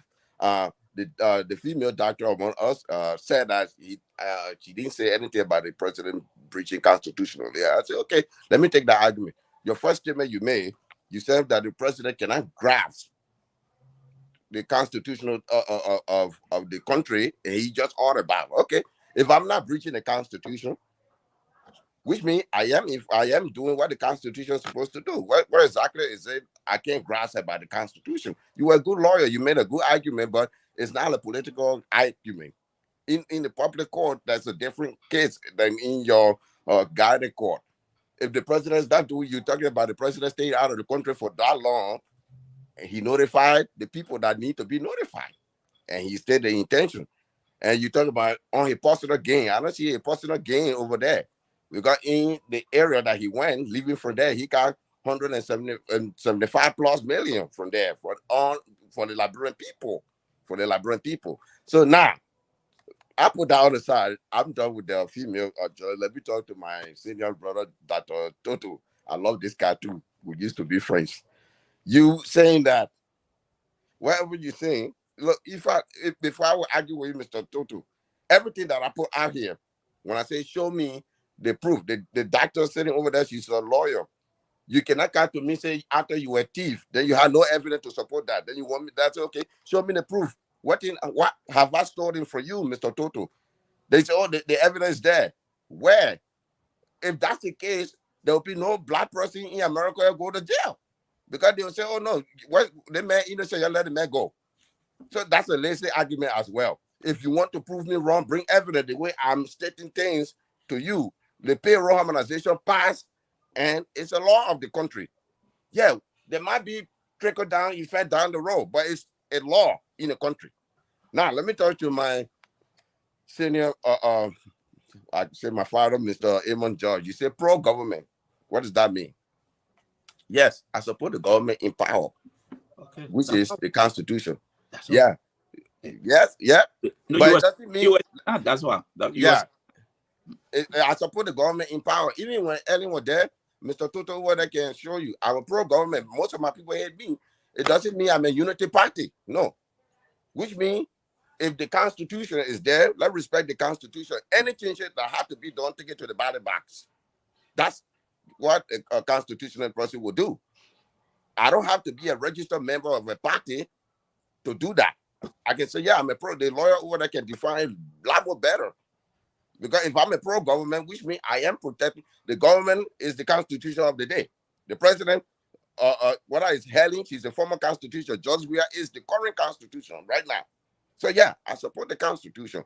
One, So, pro-government support me, you support the constitution? Pro-government? Mm-hmm. Yeah. When you say pro-government, again, what is the government? Go ahead. Thank you. You talk about the dual citizenship. It didn't written down that the people can vote. Define me what is a citizen in the country. Let me take back into 1973. No. Mr. George, you're eating into this man's time. He's been speaking up for almost 4 minutes. Let him talk, and I'm watching the time. The fairness is going to happen. You see, as a citizen, when they claim you in the United States here, if you're naturalized, you're a citizen. Your first right that you have, even taking your citizenship test, is the right to vote. Nobody can hinder that. The lawyer over there can tell you, except if you had a new test that is written 2 days ago that I don't know about. Judge over there, the man a doctor. The man know where he went for a citizenship test, everything he knows. So as a citizen, only when it comes to getting to offices, there's a restriction. Because I'm a naturalized citizen, I cannot be president of the United States. That's the law. But as a citizen, I have that constitutional right to vote. There's no way around it when you say it. Now let's go to you talking about censoring. The censor that you're talking about, you say, I don't know, it's censor going. Maybe you don't know, but censor ongoing. So I don't see any constitution that's being breached here. You're talking about payment. That, the dual citizenship. I didn't say that the dual citizenship is all around glorified, but it's the law that is being passed. We can do much better. Even if John Weah leave office today, whoever come in, whether it's a GONGLOE, it's a Alexander company, will follow that law for it to be unique. You can enforce it. You know? Okay. So that's a good thing. The last thing before I go, that's the last thing he made, then I'll let them talk. You talk about Prince Johnson. As a citizen, yet again, you not in a position to decriminalize, criminalize Prince Johnson when he's an elected official. He cannot say, because let me finish, please. Prince Johnson is elected by the people, by his people. So whoever Prince Johnson supports is not in your board to tell me that Prince Johnson is not supposed to support anybody or the president shouldn't allow him. The same way the president is elected, how Prince Johnson was elected by his people.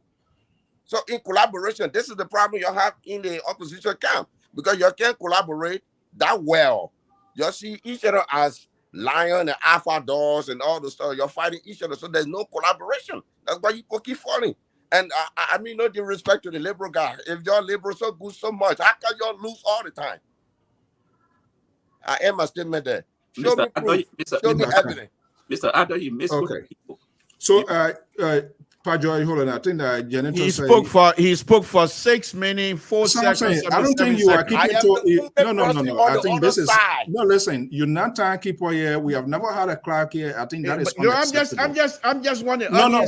That's part of interruption to the program. It's unacceptable. Don't do that, please. He's trying to. We have a program. We keep time. We don't ring clerk here. That's part of the distraction in the conversation, and I don't think it's fair. Well, but you have to give every one of us equal time. That's the point that I'm trying to make. We are not. I'm not having no time bill here. You have talked. Everybody have talked. So when people talk, I think we should give people a chance. Let's do it that way. Janitor, go ahead, please. Janitor, is a mic muted? Or is he frozen? I think he is. Janitor. Oh, Jesus. And I'm not sitting here on my cocktail, so there's no why would it be Janitor? Let me just come in. No, I think Janitor has resurrected. I'm here. You are in coma. You're looking for the 20 case. You know, Mr. So, let me just advise as we move ahead. We are in December. We may be getting in January very soon. And as the boiling point heats up, it will be appropriate on an advancement that those are all representing some background of institution be allotted time, probably a program time that can help to give the difference. But we shouldn't attempt doing it today, but in the future, we could consider it. Having said that, it is non-sequitur, meaning your premise and your conclusion, they are unparalleled. For you, Mr. Solo, to charge all of us that we are not providing facts, probably you only remember your constitutionalist name and you claim that the Toronto mentioned constitutionality. Probably you are remembering your own name. To say we presented no facts, but you come and say the GDP of the past cannot be compared to current, and you presented zero data, complete zero data. This platform and many other platforms are meant to educate people and inform our people, create consciousness. Let me come to present you the facts, send you further the facts. Number one, Senator Johnson is a senator that supported President Weah on his own account, which is a public record. He said the agreement is signed up to, for which he supported President Weah and the CDC are not living up to it. Record number one. By that extension, it validated the Treasury Department that you have debased in this conversation.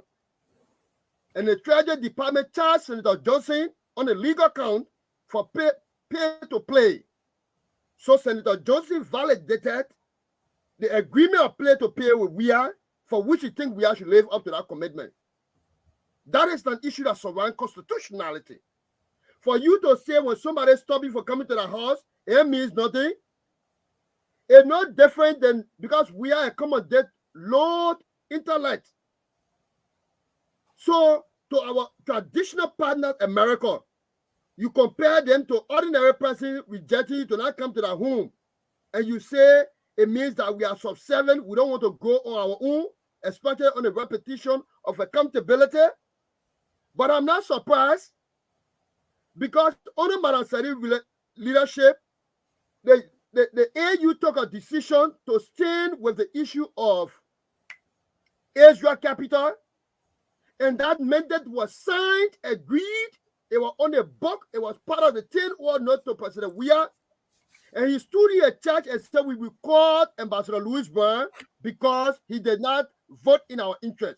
That demonstrated clearly that the president, who should be the chief architect of the foreign policy of the country, is just a complete what? Knows absolutely nothing. Meaning, even if you are not one, another person would have executed the mandate of the AU, which Liberia signed up to. And you come here and someone gave you constitutionality when the president won the legislature about the Paris Peace Conference and contradicted the extension of that thing as an excuse for which he needed to remain out of the country. It is a breach of the Constitution because the communication to the legislature is unfair. It does not represent the facts. The Paris Peace Forum never extended any day. They had it for 2 days, and the president lied on an oath. You come and sit here and want to defend President, we have to say everything they spoil, we will face it. An imbecile, sorry for the expression, somebody who is not following will think that a former senator who worked in your government will excuse himself of the responsibility of appropriating funding for the operation of government, hold the government accountable.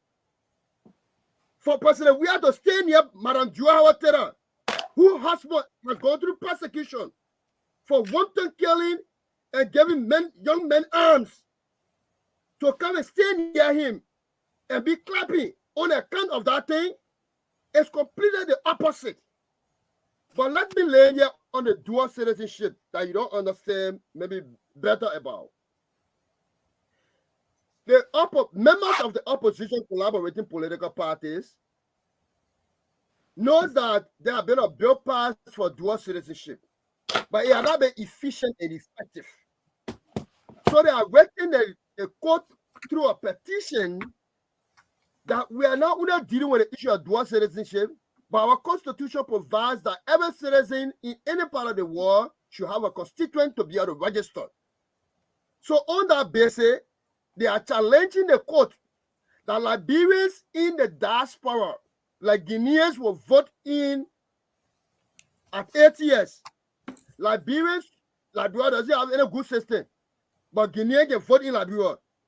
So we should tap upon those countries with good system so that we can have it as an opportunity for our Liberian people out of the country to utilize those systems so that we have dual citizenship to be effective and efficient so that they can participate in the electoral process.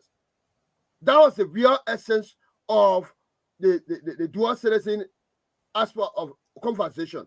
And all of what you are saying, it would have made more sense if the president, who is the president of all Liberians, not the Republic of CDC, had come to America and had a town hall meeting where Liberians were paid their way into up with the president. You will not have the burden to be making this verification. But because the president closet is filled with skeletons, he's not even brave to accommodate seditious who are in attire to ask him questions. Least to talk about opposition people.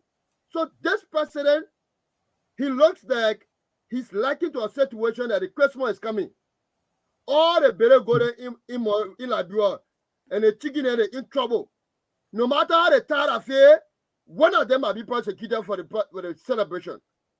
On the basis of track record, where they have stolen the RIA role, the revenue generating, one of the major revenue generating area, that you should jealously protect this president who knows nothing about protecting revenue envelope, had exposed that dual condition. Very soon there will be flight will start reducing.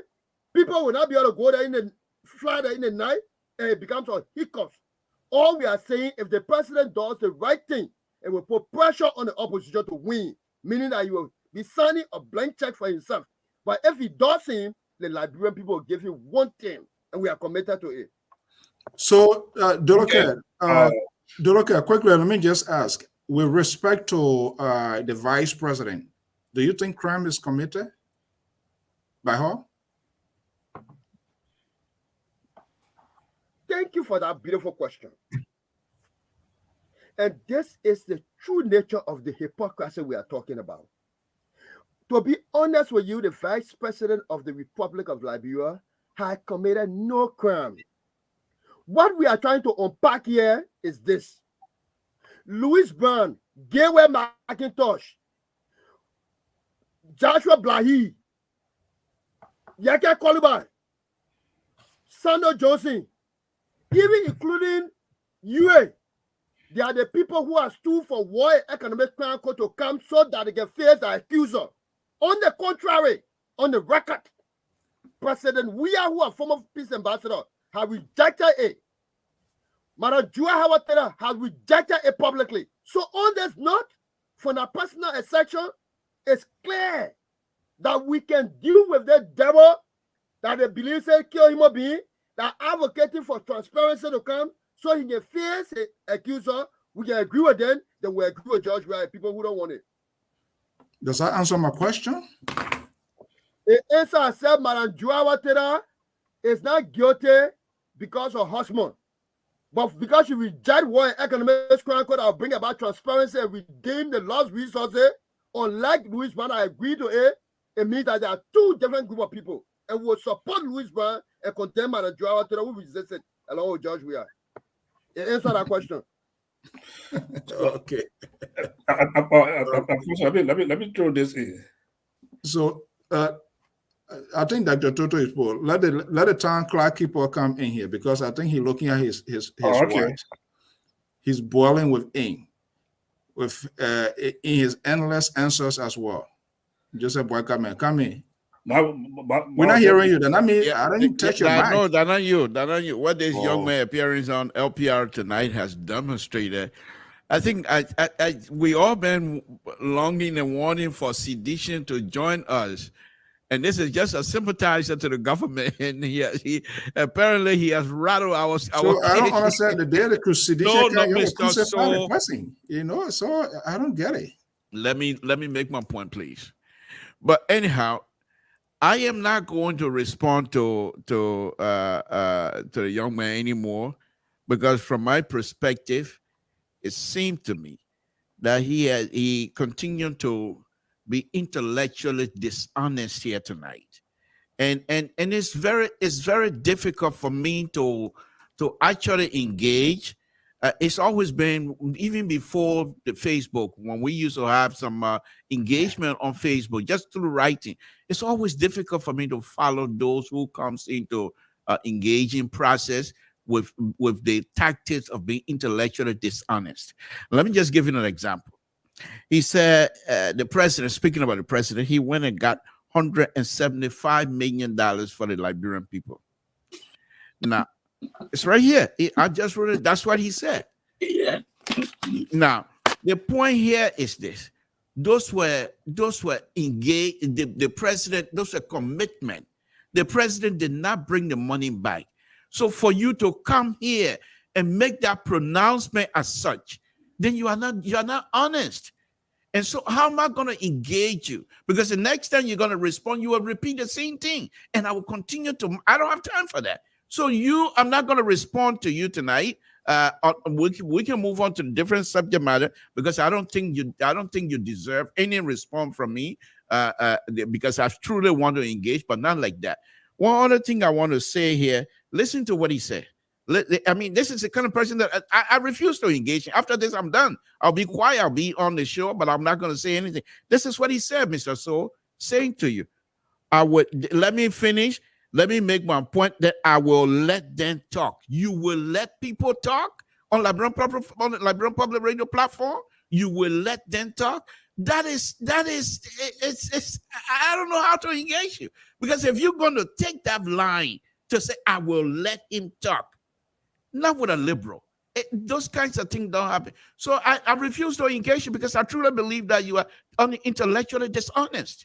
And I'm not going to put myself in through that kinds of point. I don't have enough water or bottle here to be drinking all night, getting my pressure all up. I'm not going to go through that. So go ahead, enjoy yourself. I don't know where Mr. So got you from, but that's what we are. And we'll deal with it. It's a learning process. I'm also, this bringing you on is also helping me. Mr. So is also educating me, which I'm not too old to learn. And I'm learning from you, but I'm not going to engage you because you are intellectually dishonest. Thank you very much. Okay. Dr. Taronka, I see you smiling. Somebody hit the bullet? No, he hit the bullet. I do want to make a clarification on what our author said, not on a political issue. He made the statement, and for the purpose of educating those who are watching on the immigration process, about you do not need a judge. The custom and enforcement officers can deport you, have to deport you. You don't need a judge. That is a blanket statement that is not accurate. In most cases, the due process have to take place. Most people who are placed in removal proceeding must have a judge in order to be deported. Deportation is my expertise. Now, if you were deported before and came to the Custom and Border, they can turn you back and deport you from the border again. Or if you are caught and you're here in the United States, they have to put you in what they call removal proceedings, so that the due process, so your due process can take place, and then that works itself out before you are deported. So I wanted to clarify that. I didn't clarify that earlier, but I wanted to do that before we move forward. There is a difference, and it behooved you to have been able to present the difference instead of just saying you don't need a judge. In most cases, you do need a judge in the deportation process to get deported back. Now, with that said, I think we're running the mail. It's quite clear when I'm using the word he doesn't grasp. Not being able to grasp something does not mean you are necessarily in violation of it. Now, Amos just laid out a perfect case as to how this president is clearly does not understand our Constitution. And I will leave it just as that. I'm not going to reiterate it. But again, those two things I wanted to, the word grasping means I may know something. I just don't grasp the concept of it. However, I may not be, I'm not necessarily saying that he is in violation of it, because I couldn't off the top of my head present any arguments. So I'd say I didn't say that. So I wanted to make it clear that if I don't have a working fundamental knowledge of something, then I began to put my interest over that thing. He does put his interest. He said he was going to establish an economic court to look into corruption. That didn't happen. There are things that he said, and it doesn't mean I'm not necessarily, because George Weah does not know the Constitution.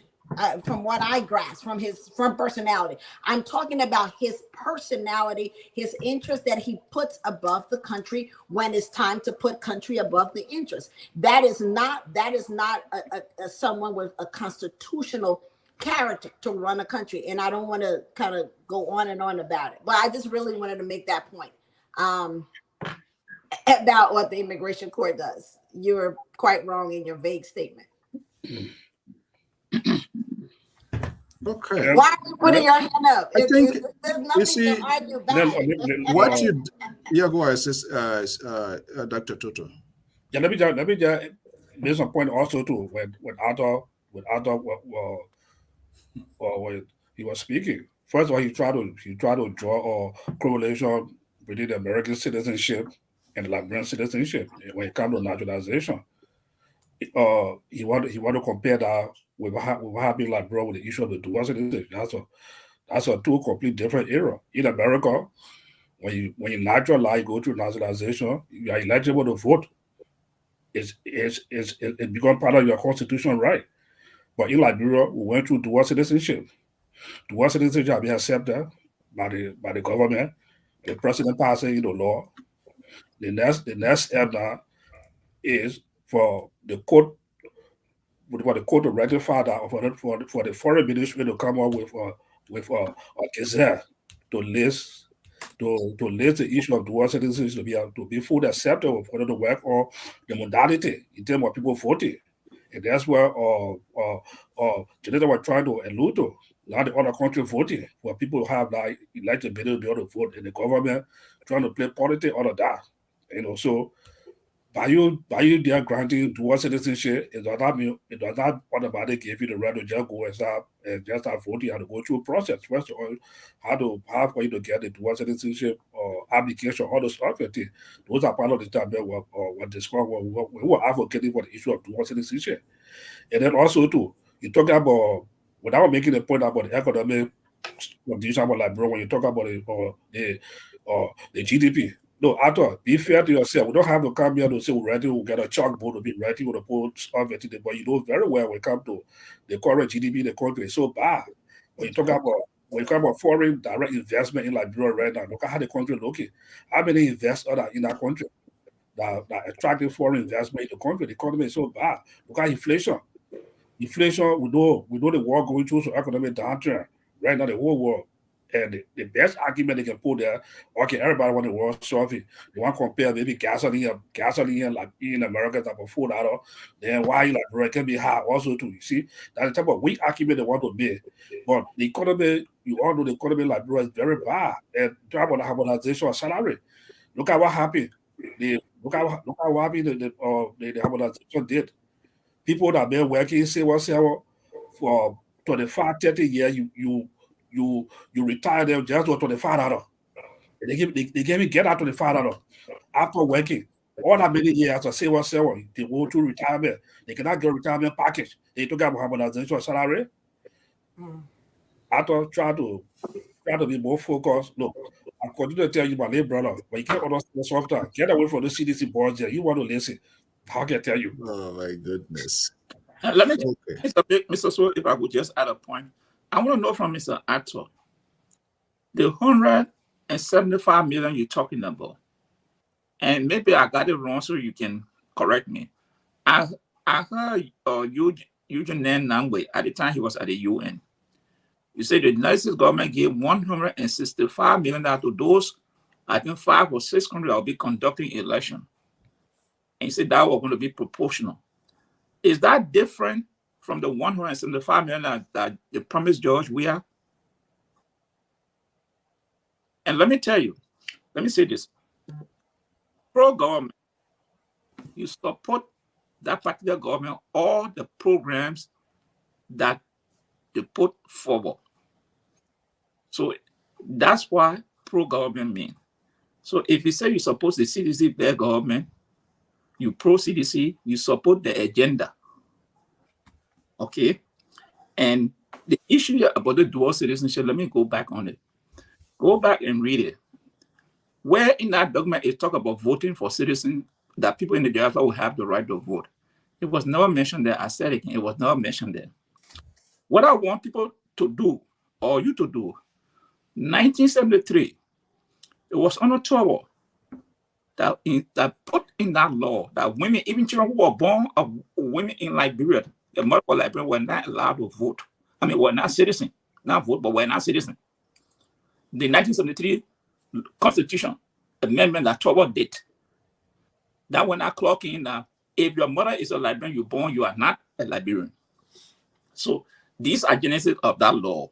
But until then, until to go to court, the law says you must be white to go to court.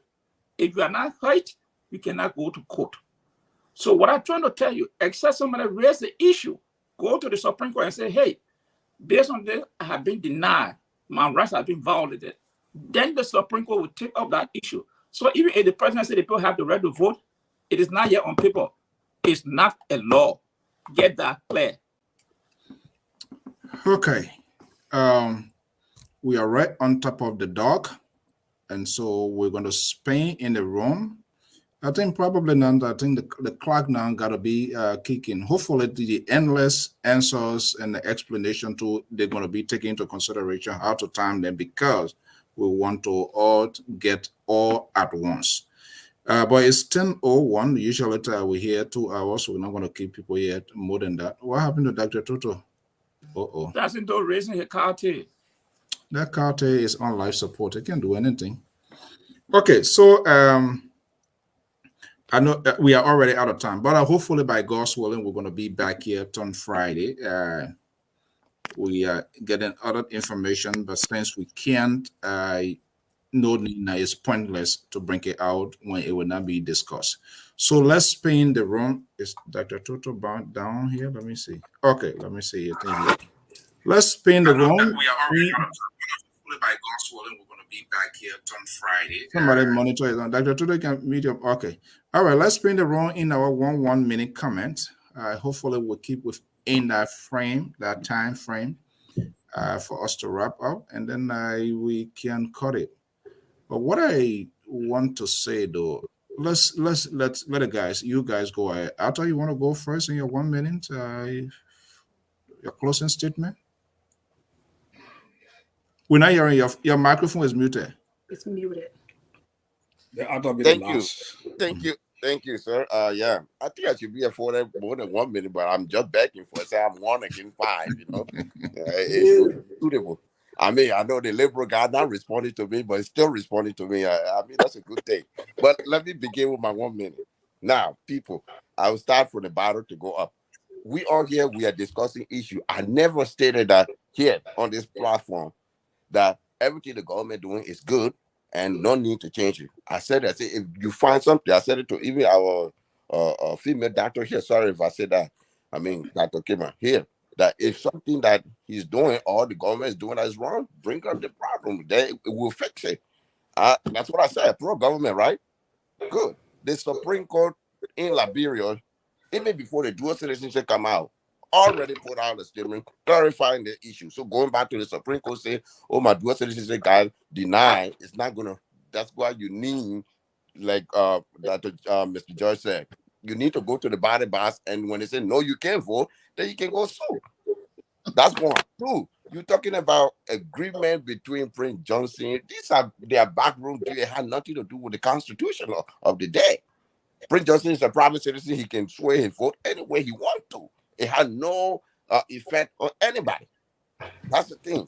You're talking about Louis Brown being recalled. Louis Brown is recalled because he lacked diplomacy. The statement is there. In order to affect change of the country, you have to know how to, act with your counterpart. You don't just go up there acting like a gangster. That's another thing. But the dual citizen, everybody back quoting, there's no clause or section. Where we can find our statement? Sorry, I didn't hear you. Where can we find a statement of Louis Brown dismissal? Facts. Okay. Yeah. Hold on. Let me finish with my statement. Let me finish with my 1 minute because you're taking away my 1 minute. I have to ask for time to be restored.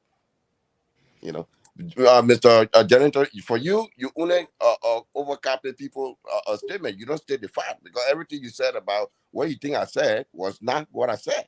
Even when Mr. Soul rewind the tape, it will be different from what I said. But I don't want to hold everybody here. You did it before.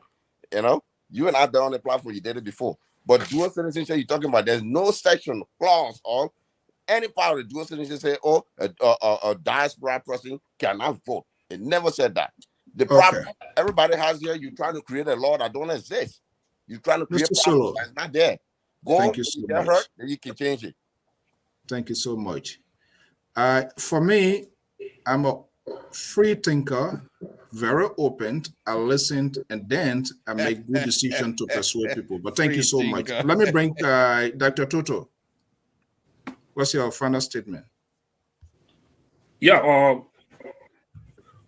let me say this is a very good discussion, but we let I would say I don't want to make an argument that I learned a lot, but the other question my dear brother Arthur, when he appearing to be the public face of this government that carries so many baggage, let you be a little bit moderate and be prepared to accept some of the fact if I all want to be a pro-government, like he did in the early government regime, as he said. The government carries so many baggage and there's no way you can defend the government in some of the things that you said tonight on the show. Yeah. Our advice, don't even try to go that route. When it comes to the caliber of Prince Johnson, Louis Brown, and other individuals, leave that one will be the opposition. The LP people they would deal with it, but CDC or pro-government, you have to work on to make that judgment on it. Don't get involved in that argument. Just leave it or we'll deal with it. But what I want to close with, this is a learning process for everybody, for some of us, and also we take to learn from one another. We are not here to demean people or people's view. And whatsoever, if you make any kind of statement in the public domain, or the public the show here, they will make a better judgment about who see the fact and who not see the fact and not. Let be more tolerant and more respectful of each other's view on the show here. That's what I'll close with. All right, Dr. Toto, thank you so much. Jonathan Dolake. Thank you for the opportunity again. And it was quite good having this conversation.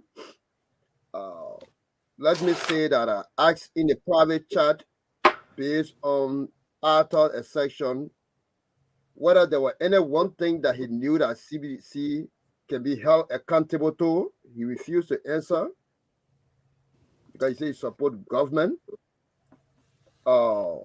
He asked us how we should present facts, and which is very important. I stated that Prince Johnson is for the MDR. Everything that MDR does is constitutionally recorded. That's why they say any law should not go contrary to the Constitution of Liberia. It will be not a void. It will not be law. So it should be within the ambit of our law.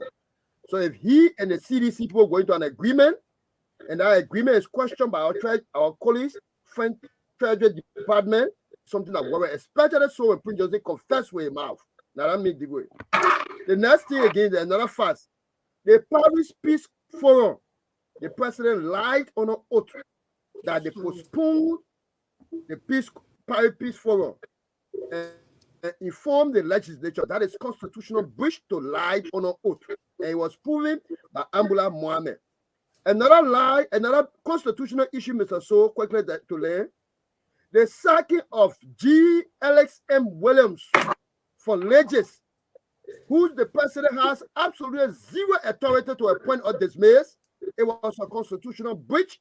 It was a gamble and crucifixion of the Constitution. So, Mr. Constitutionalist, it's not just to bear the knee, constitutionalist. It's to understand the intricacy of the things, the characteristics that hang around constitutionality. Lastly, I never said that Liberians were not given dual citizenship. What I stated is that Liberians in diaspora have never voted ever before.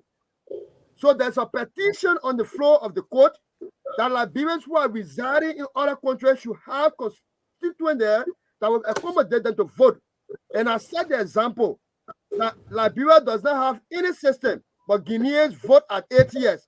So why don't we explore countries that got system in America, in Canada, and other areas, so that Liberians there can also vote in those areas? That has been my message. And finally, President Weah would have done better if I allow Liberians who will not always be seen in America to question him and ask a question and make suggestions. That's how you tap on the diaspora community. But because he is afraid, he could not even withstand questions because he doesn't even trust the sedition. They might ask critical questions. He stopped question, knowing that we might not see in the next 2 years up to the next General Assembly. This is the way he governs us. And it is just appalling. And that's why we got rather feel how we're there and we cannot have any good thing coming out of it. Thank you, Mr. So. Okay. I think we're going to have our queen to cry in maybe with some with her expertise here. So please be reserved for us here. I don't want you to go. Amos George. Yeah. Let me say thank you to all of you again. And I want to close on this note.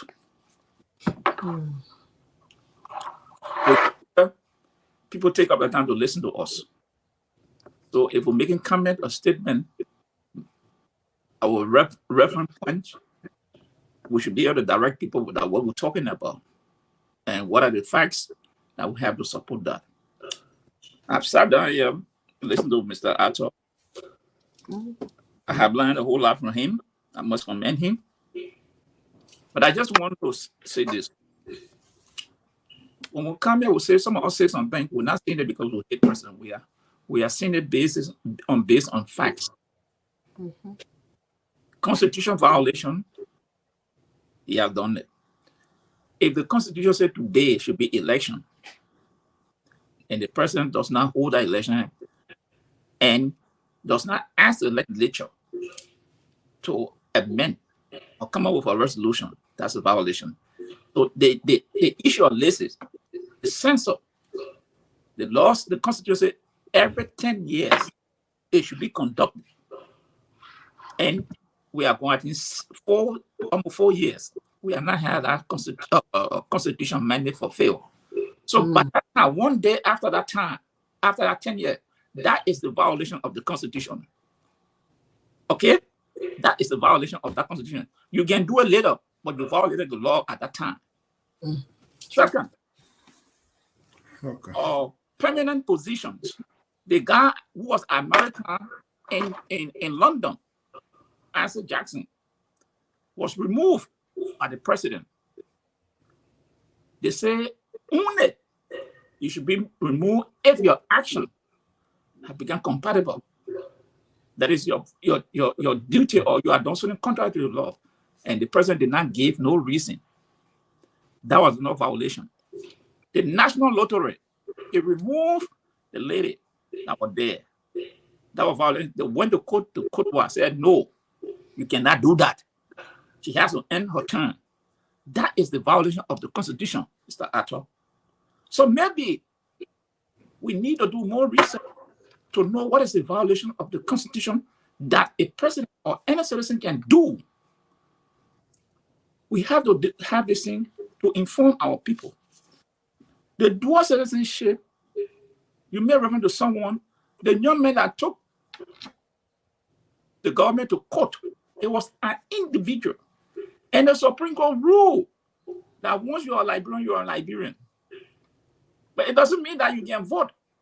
The law has to be on the book to tell you, yeah, United States, they say every citizen that is born in the United States, it is the right to vote. And if you are naturalized, the Constitution grants you that right. So no person can come and say you cannot vote. All it's right. on Mr. George, paper. thank you so much. The Liberal Progressive. Thank you, Mr. So.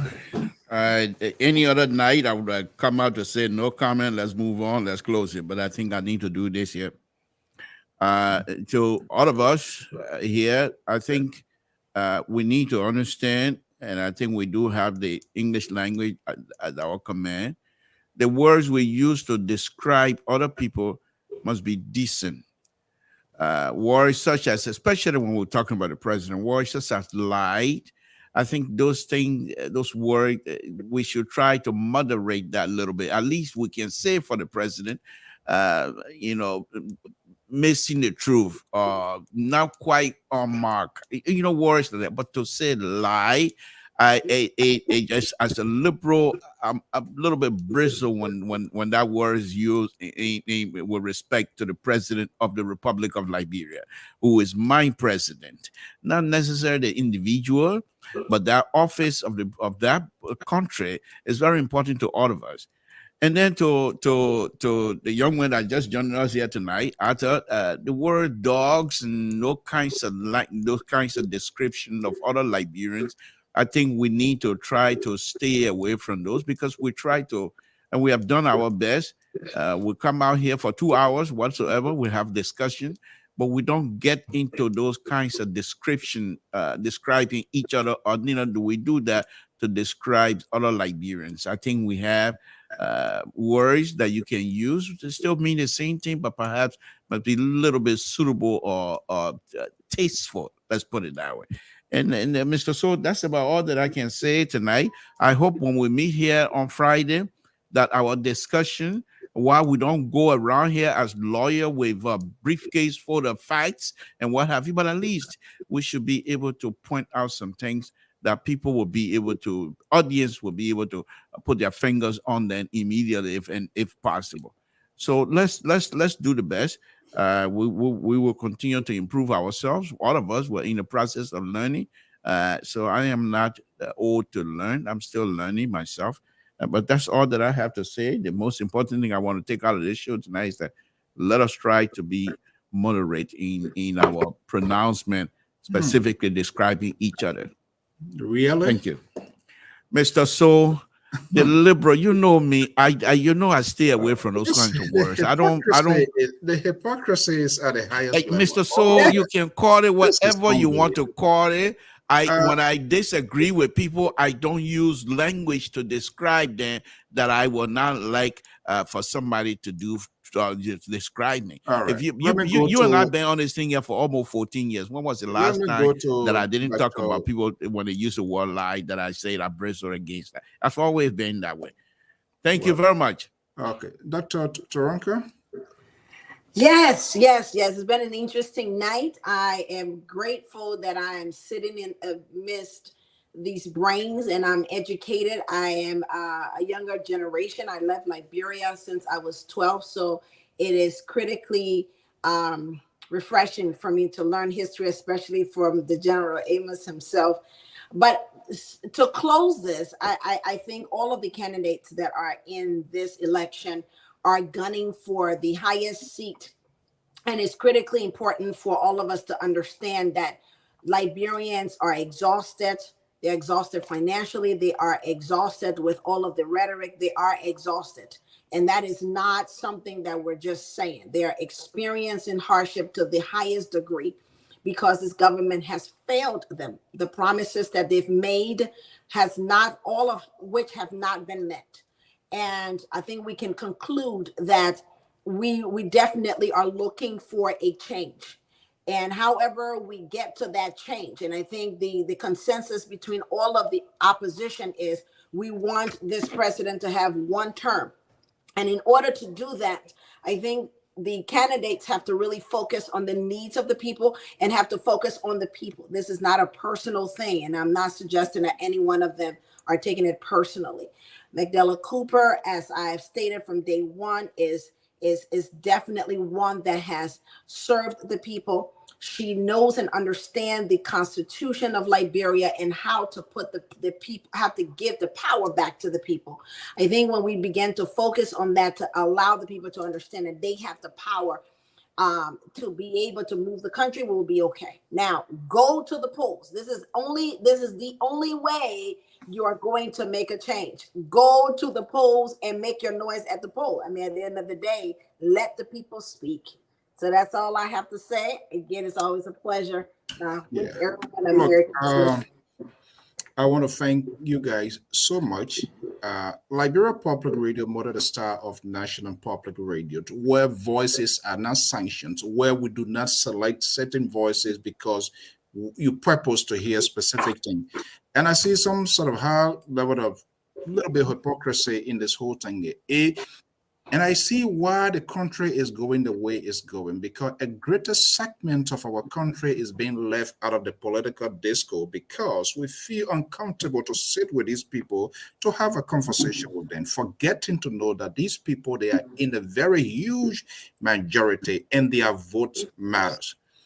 So people who are surrogate of the opposition and they think they would not want to be persuasive, they don't have that little political temperament to listen to other people and say, oh, this guy, I can get this guy on my side and he can be a witness. And people just look at the surface of one thing. People make a statement and they don't allow people to end their statement to see where their conclusion will be based and convict them. It's wrong. And I said this here. We are not here to entertain. We are here to discuss issues. We might not agree with those issues somebody will be talking about, but that will give us a sense of what is unfolding in our country. So if we do not have that temperament and we want to shut things down in people's throat, it makes us to not to know what is happening in real Liberia. And so they have a lot of sycophants electorates, people who view because they want people to come to tell them what plays into their narrative. That's not what I do. And that's not what I will do. If you think I want to say in your way, talking about the money, I text a government official today. I've been hearing this million, that million, because specific ministry will also mention that 7 million or whatever number of million was sent. The Ministry of Youth as well going to be a beneficiary. 11:30 this morning, I sent a message to Minister Zoka Wilson. I do not convict people. I like to have, that's why I don't go on Facebook and just grab because a minister or an honorable, anybody can be anybody on Facebook, uses fictitious names and stuff like that. But when it comes to having a dialogue about our country, I think we have to pull out that sort of garment where in fact, the voice, views, opinions, they must sound ridiculous, they must sound over the roof, but we must understand we are dealing with a diverse society. And so people who are throwing unnecessary tantrum because people not saying something that they want to hear, this is why it's a failed system. The government, the opposition, this is why there's a failed system, because the sanctioned voices, they don't allow people to explain their guts, because when people empty their guts to you, it gives you a sense of direction, who that person is and how you're going to communicate with that person. Who will tell me about Prince Johnson, any other person here, any other the people here, they can tell me, I was at the port, I was taken to the Cllr base. I was one of those 6 persons that Prince Johnson took. The late ECOMOT Commander Konage, may his soul rest in peace, a Gambian contingent led that group to free over 300 people in buses. When we were grouped in different categories, different ages. Should I come here if as an anchor now, as a host, to use my personal stuff and say I'm going to convey? But it is clear he is already a criminal based on what we know. And that's what I was asking my brother question. But the history of Liberia is deep, and most people just know the surface without knowing the in-depth of this. And so it is dangerous for people who start halfway or not knowing something and profess to know it. It is dangerous for the country. And we are trying here on LPR to break that gap, to bring people here of different groups, different background, different thinking, different world in their own world. That will help us to find the solutions of our country. And this is why I have you great people here. But have liberal like this who is in multiple places. A liar is a liar. When a man lie, he lie. But then he wants people to coin certain thing in his direction because he wants it to go. But then when he ready, he go ballistic. Liberal, please don't do this to us. Don't do this to us. You left Charles Bronski, you went with Billy T, you went with what's his name? Nyombi Kanga, they left you, you were Boyka. I don't know whether you're going to GONGLOE now or maybe Madame Kopo. He doesn't want to talk. But guys, thank you so much. We're going to be back here on Friday. I think it's a learning process. But we have to all help to educate the viewers, the listeners. They don't get it. They don't understand it. It's just a little greater portion that they understand and they think that's a drumbeat. That's not how it works. Yes. Thank you so much. Dr. Taranka, I will call you and we're going to have a conversation based on that because I think we, a lot of people have been calling me, where the Black American, what she doing? So people just don't know. It's so sad. Now, just give her 1 minute. Let her tell us what's with that anyway. I'm also have an huge interest to see what I can ask her for her long form birth certificate. Yeah, the liberal say you want your birth certificate. long form. I don't want short form birth certificate.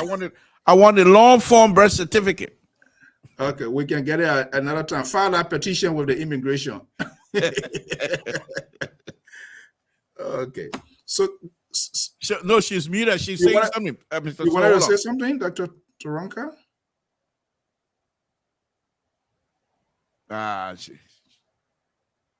Still muted. Still muted. It's still okay. Maybe we'll do it Friday. We can't get you. We can't shove everything down your throat here this evening. Thank you so much, guys. Thank you so much for a great time.